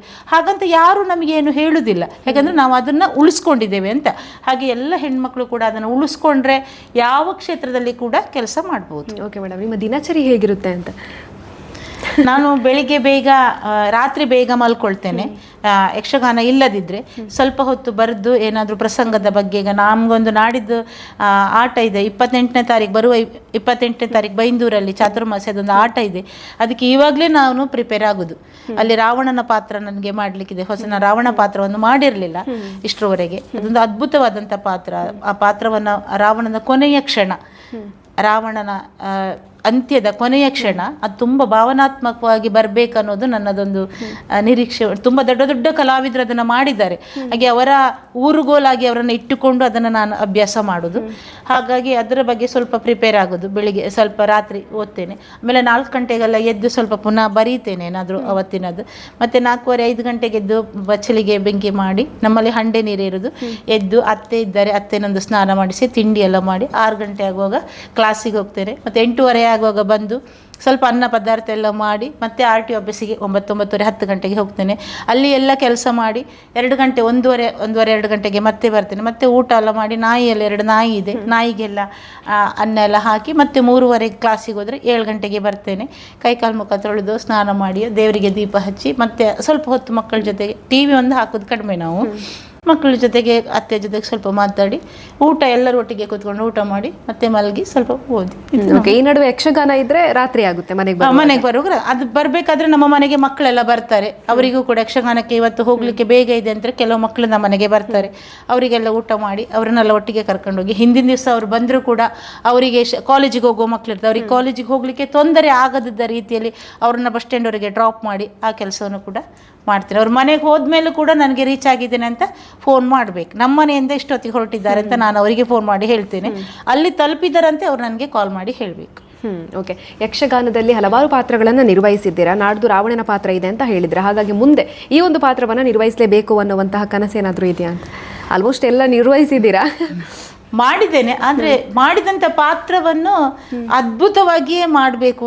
10 ಸರಿ ಆ ಪಾತ್ರ ಮಾಡಿದರೂ ಕೂಡ ಸಮಾಧಾನ ಅಂತ ನನಗೆ ಆಗೋದಿಲ್ಲ. ಈಗ ದೊಡ್ಡ ದೊಡ್ಡ ಕಲಾವಿದರು, ಈಗ ಸುಣ್ಣಂಬಳ ವಿಶ್ವೇಶ್ವರಯ್ಯ ಭಟ್ ಇದ್ದಾರೆ, ಅವರು ವಿಶ್ವೇಶ್ವರಯ್ಯ ಕಟೀಲ್ ಮೇಳಿದ್ರು, ಅಗ್ರಮಾನ್ಯ ಅರ್ಥಧಾರಿಗಳು, ವೇಷಧಾರಿಗಳು, ಅಂಥವರ ಅವರ ಆ ರಾವಣನ ಪಾತ್ರವನ್ನು ಎಷ್ಟು ವರ್ಷ ಆದಮೇಲೆ ನಮಗೆ ಆ ಥರ ಒಂದು ಅವರ ಸ್ವಲ್ಪ ಸನಿಯಕ್ಕೆ ಹೋಗ್ಲಿಕ್ಕಾಗ್ತದೆ ಅನ್ನುವಂಥ ಹಾಗೆ ಒಂದು ತುಡಿತ ಇರ್ತದೆ ನನಗೆ. ಯಾಕೆಂದರೆ ಅದ್ಭುತವಾದಂಥ ಅಭಿನಯ, ಮತ್ತು ಸನ್ನಿವೇಶಗಳಿಗೆ ತಕ್ಕಂತೆ ಅವರು ಆ ಮಾತನ್ನು ಆಡೋದು, ಅದೆಲ್ಲ ಆ ಥರದ್ದೆಲ್ಲ ನನಗೆ ಅಳವಡಿಸ್ಕೊಳ್ಬೇಕು ಅನ್ನೋದು ತುಂಬ ಆಸೆ ಇದೆ. ಹಾಗೆ ಆಗಲಿಕ್ಕೆ ಪ್ರಯತ್ನ ಪಡ್ತೇನೆ. ಆಗಲಿಲ್ಲ ಇನ್ನೂ ಸಹ. ಈಗಲೂ ಕೂಡ ನಾನು ಹೇಳಿದೆ, ಯಾವಾಗ ಕೇಳಿದ್ರು ಹೇಳ್ತೇನೆ, ಯಕ್ಷಗಾನ ಅಂತ ಹೇಳಿದರೆ ಅದು ದೊಡ್ಡ ಸಮುದ್ರ, ಅದರಲ್ಲಿ ನಮಗೆ ತುಂಬ ಈಜಲಿಕ್ಕೆ ಕಷ್ಟವೇ ಇದೆ. ಯಕ್ಷಗಾನವನ್ನೇ ನಾವು ಆರಾಧಿಸ್ಬೇಕಂತ ಹೇಳಿ, ನಾನು ಯಕ್ಷಗಾನವನ್ನು ಅಳಿಸ್ತೇನೆ ಉಳಿಸ್ತೇನೆ ಅದು ನಮ್ಮಿಂದ ಸಾಧ್ಯವೇ ಇಲ್ಲದೆ ಇರೋದು, ನಮಗೆ ದೇವರು ಕೊಟ್ಟಂಥ ಒಂದು ಕೊಡುಗೆ. ಹಾಗಾಗಿ ಆ ಪ್ರಶಸ್ತಿ ಬಂದಿರ್ಬೋದು, ಇಷ್ಟು ವರ್ಷ ನನಗೆ ಪ್ರೋತ್ಸಾಹ ಕೊಟ್ಟಿರ್ಬೋದು, ನನ್ನ ಸಹ ಕಲಾವಿದರಾಗಿರ್ಬೋದು, ಇನ್ನು ಹಿಮ್ಮೇಳದವರು, ಅದನ್ನು ನಾನು ಹೇಳಲೇಬೇಕು. ನಾವು ಏನೇ ಒಂದು ಯಕ್ಷಗಾನ ಈಗ ಪ್ರಯೋಗ ಆಗ್ತಾ ಇರುವಾಗ ಒಂದು ತಪ್ಪು ಮಾಡಿ, ಈಗ ನನ್ನ ಟೀಮಲ್ಲಿ ಕಾಯಂ ಆಗಿ ಹೇಮ ಸ್ವಾತಿ ಕುರಿಯಾಜೆ, ರಚನಾ ಜಿದ್ಗಲ್, ಸಿಂಚನ ಮೂಡುಕೋಡಿ, ಮಹಿಳಾ ಯಕ್ಷಗಾನದ ಭಾಗವತರೇ ಹೆಚ್ಚಾಗಿ ನಮ್ಮಲ್ಲಿ ಇರ್ತಾರೆ. ಅವರು ಗಳೆಲ್ಲ ಶ್ರುತಿ ಕಲಾ ಚೇರಾಲು ಅವರೆಲ್ಲ, ಅಂದರೆ ಅವರಿಗೂ ಕೂಡ ಒಂದು ವೇದಿಕೆ ಆಗ್ತದೆ. ಹೆಣ್ಣು ಮಕ್ಕಳೇ ಇಟ್ಟುಕೊಂಡು ಒಂದು ಮಾಡೋದು ಕೂಡ ನಮಗೂ ಒಂದು ಹೆಮ್ಮೆ ಅನಿಸ್ತದೆ ಅದು. ಹಾಗಾಗಿ ಆ ಹಿಮ್ಮೇಳದ ಕಲಾವಿದರ ಸಹಕಾರ ಕೂಡ ನಮಗೆ, ನಾವು 50% ದುಡಿದ್ರೆ ಒಂದು 70% ಅವರೇ ದುಡಿತಾರೆ ನಾವು ಮುಂದೆ ಬರಲಿಕ್ಕೆ. ಮೇಡಮ್, ಒಂದು ಸರಿ ನಾವು ಏನಾದರೂ ಒಂದು ಪದ್ಯ ನಾವು ತಪ್ಪು ಮಾಡ್ತೇವೆ, ಖಂಡಿತ ತಪ್ಪು ಮಾಡ್ತೇವೆ, ಅದನ್ನು ಅವರು ತಪ್ಪಾಗದ ರೀತಿಯಲ್ಲಿ ಅದನ್ನು ಪ್ರಸ್ತುತ ಮಾಡಿದ್ರೆ ನಮಗೆ ಅವರು ಸಹಕಾರಿಯಾಗ್ತಾರೆ. ಅವರು ಹಿಮ್ಮೇಳದ ಇಲ್ಲದಿದ್ದರೆ ನಮಗೆ ಯಕ್ಷಗಾನ ಚಂದ ಮಾಡಲಿಕ್ಕೆ ನಾವೆಷ್ಟೇ ಪ್ರಬುದ್ಧ ಕಲಾವಿದರಾದರೂ ಕೂಡ ಹಿಮ್ಮೇಳದವರ ಸಾಥ್ ಖಂಡಿತ ಬೇಕು ನಮಗೆ. ಯಕ್ಷಗಾನ ಅಂತ ಹೇಳಿದಾಗ ಯಾವೆಲ್ಲ ಪ್ರಸಂಗವನ್ನ ನೋಡಿದ್ದಾರೋ ಕೇಳಿದ್ದಾರೋ ಗೊತ್ತಿಲ್ಲ, ಆದರೆ ದೇವಿ ಮಹಾತ್ಮೆ ಅಂತ ಹೇಳಿದಾಗ ಪ್ರತಿಯೊಬ್ಬರು ಕೂಡ ನೋಡಿರ್ತಾರೆ. ಯಾವುದೇ ಚಳಿ ಇರಲಿ ಹೋಗಿ ಒಂದು ದೇವಿ ಮಹಾತ್ಮೆ ಯಕ್ಷಗಾನವನ್ನು ಕಣ್ತುಂಬಿಕೊಳ್ಬೇಕು ಅಂತ ಹೋಗ್ತಾರೆ. ಹಾಗಾಗಿ ಯಕ್ಷಗಾನ ಅಂತ ಬಂದಾಗ ನೀವು ಕೂಡ ದೇವಿಯ ಪಾತ್ರವನ್ನು ನಿರ್ವಹಿಸಿದ್ದೀರಾ ಅನ್ನುವಂಥದ್ದು, ಆ ಒಂದು ಪ್ರಥಮವಾಗಿರುವಂಥ ಎಕ್ಸ್ಪೀರಿಯನ್ಸ್ ಹೇಗಿತ್ತು? ಎಷ್ಟು ಬಾರಿ ನಿರ್ವಹಿಸಿದ್ದೀರಾ ಅಂತ? ಮೇಡಮ್, ನಾನು ದೇವಿಯ ಪಾತ್ರವನ್ನು 15-20 ಸರಿ ನಾನು ದೇವಿಯ ಪಾತ್ರವನ್ನು ಮಾಡಿದೆ. ಈಗ ಕೊಲ್ಲೂರು ಕ್ಷೇತ್ರ ಮಹಾತ್ಮೆಯ ದೇವಿಯಾಗಿರ್ಬೋದು, ಆಮೇಲೆ ಏಕಾದಶಿ ದೇವಿ ಮಹಾತ್ಮೆಯ ದೇವಿಯಾಗಿರಬಹುದು, ಮತ್ತು ನಮ್ಮ ಈ ದೇವಿ ಮಹಾತ್ಮೆಯ ದೇವಿಯಾಗಿರ್ಬೋದು, ಅಷ್ಟಭುಜೆ ಆಗಿರ್ಬೋದು, ಕೌಶಿಕೆ ಆಗಿರ್ಬೋದು. ಅದರಲ್ಲಿ ಸಂಪೂರ್ಣ ದೇವಿ ಮಹಾತ್ಮೆ ಆದರೆ ಅಷ್ಟಭುಜೆ ಮತ್ತು ಕೌಶಿಕೆ ಅಂತ ಬರ್ತದೆ. ಎರಡೂ ಪಾತ್ರವನ್ನು ನಾನು ನಿರ್ವಹಿಸಿದ್ದೇನೆ ಮೇಡಮ್.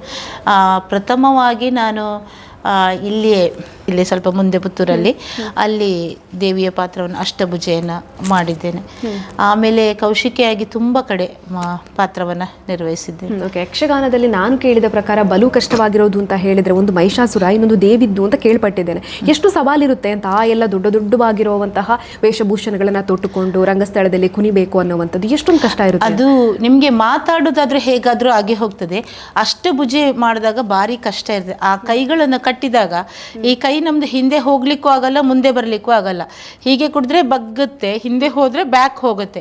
ಅದನ್ನೊಂದು ಸಮತಟ್ಟಾಗಿ, ಮತ್ತೆ ಬಗ್ಗಿದ್ರೆ ಮೇಲೆ ಕಿರೀಟ ಇರ್ತದೆ, ಅದನ್ನೊಂದು ಸಮನ್ವಯವಾಗಿ ನಾವು ಅದನ್ನ ನಿರ್ವಹಿಸಬೇಕಾಗ್ತದೆ. ಹಾಗಾಗಿ ಸ್ವಲ್ಪ ಕಷ್ಟ ಆಗ್ತದೆ. ಅಷ್ಟಭುಜೆ ಮಾಡಿ ಏರು ಪದ್ಯಕ್ಕೆಲ್ಲ ಹೋಗುವಾಗ ತುಂಬ ಏರುಗತಿಯಲ್ಲಿ 4ನೇ ಕಾಲದ ಪದ್ಯ ಇರ್ತದೆ, ಕೊನೆಯ ಯುದ್ಧದ ಸಂದರ್ಭದಲ್ಲಿ, ಹಾಗೆಲ್ಲ ಸ್ವಲ್ಪ ಕಷ್ಟ ಆಗ್ತದೆ. ಮತ್ತೆ ತುಂಬ ಹೂವು ಇರ್ತದೆ, ಅದ್ರದ್ದು ಕೂಡ ಭಾರ ಇರ್ತದೆ. ಆದ ಕಾರಣ ಏನೋ ಒಂದು ದೇವಿಯ ಶಕ್ತಿ ಅಂತ ಆ ಟೈಮಲ್ಲಿ ನಮಗೆ ಅದು ಗೊತ್ತಾಗೋದಿಲ್ಲ. ವೇಷ ಹಾಕಿ ರಂಗಸ್ಥಳಕ್ಕೆ ಬಂದಾಗ ಅದು ಗೊತ್ತಾಗೋದಿಲ್ಲ. ಓಕೆ, ಎಷ್ಟು ಪ್ರಸಂಗಗಳನ್ನು ನೀವು ಈಗಲೂ ಕೂಡ ಪುಸ್ತಕವನ್ನು ನೋಡದೆ ನಾನು ಹೇಳಬಲ್ಲೆ ಅನ್ನುವಂತಹ ಒಂದು ಇದಿದೆ? ನಾನು ಮಾಡಿದಂಥ ಪ್ರಸಂಗಗಳಲ್ಲಿ ಯಾವ ಪಾತ್ರವನ್ನು ಕೊಟ್ಟರು ಕೂಡ ನನಗೆ ಈಗ ಅದನ್ನು ಇನ್ನೊಮ್ಮೆ ನೋಡಬೇಕಂತ ನನಗೆ ಅನಿಸೋದಿಲ್ಲ, ಮಾಡಬಹುದು ಅಂತ ಅನಿಸಿದೆ. ನಾನು ಹೆಚ್ಚಾಗಿ ಮೇಡಮು ಪದ್ಯಗಳನ್ನು, ಯಕ್ಷಗಾನವನ್ನು ನಮಗೆ ನೆನಪಲ್ಲಿ ಉಳಿಬೇಕು. ಯಕ್ಷಗಾನ ಇವತ್ತು ಈ ಪ್ರಸಂಗ ಅಂತ ಹೇಳಿದರೆ ಆ ಪ್ರಸಂಗದ ಪೂರ್ಣ ಪದ್ಯದ ವಿವರವನ್ನು ನಾವು ತಿಳ್ಕೊಳ್ಬೇಕು. ನನ್ನದು ಮಾತ್ರ ಅಂತ ಹೇಳಿದರೆ ನನಗೆ ನಾಳೆ ಆ ಪಾತ್ರ ಮಾಡಲಿಕ್ಕೆ ಆಗೋದಿಲ್ಲ. ಯಾಕಂದರೆ ನನ್ನ ಮೊದಲಾಗಿರುವಂಥ ಪಾತ್ರಕ್ಕೂ ನನ್ನ ನಂತರದ ಪಾತ್ರಕ್ಕೂ ತುಂಬ ಸಂಬಂಧ ಇರ್ತದೆ. ಆ ಸಂಬಂಧವನ್ನು ನಾವೇನಂತ ತಿಳ್ಕೊಳ್ಬೇಕಾದ್ರೆ ಆ ಪದ್ಯವನ್ನು ಸ್ಟಡಿ ಮಾಡಬೇಕಾಗ್ತದೆ. ಎಲ್ಲ ಪ್ರಸಂಗದ ಪದ್ಯವನ್ನು ನೀವು ಸ್ಟಡಿ ಮಾಡಿದಾಗ ಆ ಪಾತ್ರಕ್ಕೆ ನಾವು ಎಷ್ಟು ಮಾತಾಡ್ಬೋದು, ಅಂದರೆ ಅದರ ಒಳಗೆ, ಪ್ರಸಂಗದ ಒಳಗೆ ನಾವು ಎಷ್ಟು ಮಾತಾಡ್ಬೋದು, ಮತ್ತು ಈಗಕ್ಕೆ ನಾವು ಸಮನ್ವಯ ಹೇಗೆ ಮಾಡ್ಕೊಳ್ಬೋದು ಅನ್ನೋದನ್ನು ನಮಗೆ ಕಲ್ತ್ಕೊಳ್ಳಿಕ್ಕೆ ಸಾಧ್ಯ. ಹಾಗಾಗಿ ನಾನು ಪ್ರಸಂಗ ಯಾವುದೇ ಕೊಟ್ಟರು ಮೊದಲಾಗಿ ನಾನು ಮಾಡೋದು ಪದ್ಯವನ್ನು ಪ್ರಾಕ್ಟೀಸ್ ಮಾಡೋದು. ಮತ್ತು ಹಿರಿಯ ಕಲಾವಿದರು ಹೇಗೆ ಮಾಡಿದ್ದಾರೆ ಅದನ್ನೇ ಅನುಕರಣೆ ಮತ್ತು ಅನುಸರಣೆ ಎರಡಿರ್ತದೆ. ಅನುಕರಣೆ ಮಾಡಬಾರ್ದು, ಅವರದ್ದು ನಡೆಯನ್ನು ನಾವು ನೋಡಿಕೊಂಡು ನಮ್ಮತನವನ್ನು ನಾವು ಉಳಿಸ್ಕೊಂಡು ಮಾಡ್ತಾ ಇದ್ದೇನೆ. ನೀವು ಯಾವೆಲ್ಲ ಕ್ಷೇತ್ರಗಳಲ್ಲಿ ಹೆಜ್ಜೆ ಇಟ್ಟಿದ್ದೀರೋ ಅವೆಲ್ಲದಕ್ಕೂ ಕೂಡ ಪುತ್ತೂರಿನ ಹತ್ತೂರಿನ ಜನ ನಿಮಗೆ ಸಪೋರ್ಟನ್ನು ಮಾಡಿದ್ದಾರೆ, ಪ್ರತಿಯೊಬ್ಬರು ಕೂಡ ಸಾಥನ್ನು ಕೊಟ್ಟಿದ್ದಾರೆ. ಹಾಗಾಗಿ ಕಾರ್ಯಕ್ರಮದ ಕೊನೆಯಲ್ಲಿ ನಿಮಗೆ ಸಪೋರ್ಟನ್ನು ಮಾಡ್ಕೊಂಡು ಬಂದವರನ್ನು ನೆನಪಿಸೋದಾದರೆ ಕೊನೆಯದಾಗಿ ನಮ್ಮ ವೀಕ್ಷಕರಿಗೆ ಏನು ಹೇಳೋದಕ್ಕೆ ಇಷ್ಟಪಡ್ತೀರಾ ಅಂತ? ಎಲ್ಲ ಗುರು ವೃಂದದವರು, ಹಿರಿಯರಾಗಿರ್ಬೋದು, ಕಿರಿಯರಾಗಿರ್ಬೋದು, ನನ್ನ ಸಹ ಕಲಾವಿದರು ಮತ್ತು ನನ್ನ ಮನೆಯವರು ಯಾವಾಗಲೂ ಸಪೋರ್ಟೇ ಇರ್ತಾರೆ. ಇನ್ನೂ ಕೂಡ ನಾನು ಈ ಕ್ಷೇತ್ರದಲ್ಲಿ ಮುಂದುವರಿಯುವಂಥ ಅವಕಾಶ ಇದ್ದರೆ ದೇವರ ಅನುಗ್ರಹ, ನಿಮ್ಮ ಸಪೋರ್ಟು, ನಿಮ್ಮೆಲ್ಲರ ಸಹಕಾರ ನಾನು ಬಯಸ್ತೇನೆ. ನಿಮಗೆಲ್ರಿಗೂ ಕೂಡ ಆ ದೇವ್ರ ಮಹಾಲಿಂಗೇಶ್ವರ ಆಯುಷ್ಯ ಆರೋಗ್ಯವನ್ನು ಕೊಡಲಿ. ಹಾಗಾಗಿ ನಿಮಗೆಲ್ರಿಗೂ ಕೂಡ ನಾನು ಚಿರಋಣಿಯಾಗಿದ್ದೇನೆ.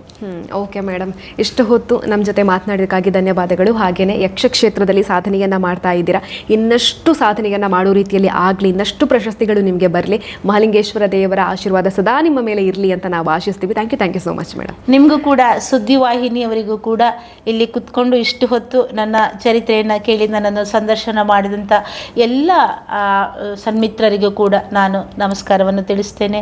ಧನ್ಯವಾದ. ಯಕ್ಷಗಾನ, ನಾಟಕ, ಸಿನಿಮಾ, ಸಾಹಿತ್ಯ ಇವೆಲ್ಲದರಲ್ಲಿ ಕೂಡ ಗುರುತಿಸಿಕೊಂಡಿರುವಂತಹ ಪ್ರೇಮ ಕಿಶೋರ್ ಅವರ ಮಾತುಗಳನ್ನ ಕೇಳಿದ್ರಲ್ಲ. ಪ್ರತಿಯೊಬ್ಬ ಹೆಣ್ಣು ಮಕ್ಕಳಿಗೆ ಕೂಡ ಸ್ಫೂರ್ತಿಯಾಗುವಂತಹ ಮಾತುಗಳು. ಹೆಣ್ಣು ಮಕ್ಕಳು ಸಾಧನೆಯನ್ನ ಮಾಡಬೇಕು, ಹೆಣ್ಣು ಮಕ್ಕಳು ಹೆಚ್ಚಿನ ಸಂಖ್ಯೆಯಲ್ಲಿ ಯಕ್ಷಗಾನದಲ್ಲಿ ತೊಡಗಿಸಿಕೊಳ್ಬೇಕು ಅನ್ನೋ ಉದ್ದೇಶದಿಂದಾಗಿ ಶ್ರೀ ಸಾಯಿ ಕಲಾ ಯಕ್ಷ ಬಳಗವನ್ನ ಕಟ್ಟಿ ಇವರು ನಿರಂತರವಾಗಿ ಸುಮಾರು 15 ವರ್ಷಗಳಿಂದ ಪ್ರಾಕ್ಟೀಸ್ ಅನ್ನ ಕೊಡ್ತಾ ಇದ್ದಾರೆ. ಇದರಲ್ಲಿ ಕೂಡ ತುಂಬಾ ಜನ ಕಲಾವಿದರು ತಮ್ಮ ಯಕ್ಷ ಪ್ರತಿಭೆಯನ್ನ ಪ್ರದರ್ಶನ ಮಾಡಿದ್ದಾರೆ. ಹಾಗಾಗಿ ಪ್ರತಿಯೊಬ್ಬರೂ ಕೂಡ ಉತ್ತಮ ರೀತಿಯಾಗಿ ಬೆಳಿಬೇಕು ಅನ್ನುವಂತಹ ಮನಸ್ಸು ಪ್ರೇಮ ಕಿಶೋರ್ ಅವರದ್ದು. ಮಹಾಲಿಂಗೇಶ್ವರ ದೇವರ ಆಶೀರ್ವಾದ ಸದಾ ಇವರ ಮೇಲೆ ಇರಲಿ, ಅದರ ಜೊತೆಗೇನೆ ಇನ್ನಷ್ಟು ಪ್ರಶಸ್ತಿಗಳು ಕೂಡ ಇವರಿಗೆ ಒಲಿದು ಬರಲಿ ಅಂತ ಆಶಿಸ್ತಾ ಇವತ್ತಿನ ಕಾರ್ಯಕ್ರಮವನ್ನು ಮುಗಿಸ್ತಾ ಇದ್ದೀವಿ. ಧನ್ಯವಾದಗಳು. ಸುದ್ದಿ ಚಾನಲ್, ಕ್ಷಣ ಕ್ಷಣದ ಸುದ್ದಿಗಾಗಿ. That's my gadget. Let's go have some fun then.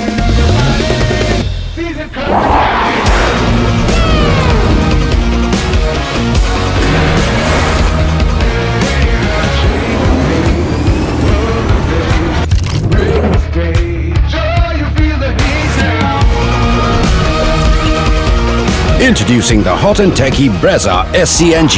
Cool new SCNG tech for a cool new generation.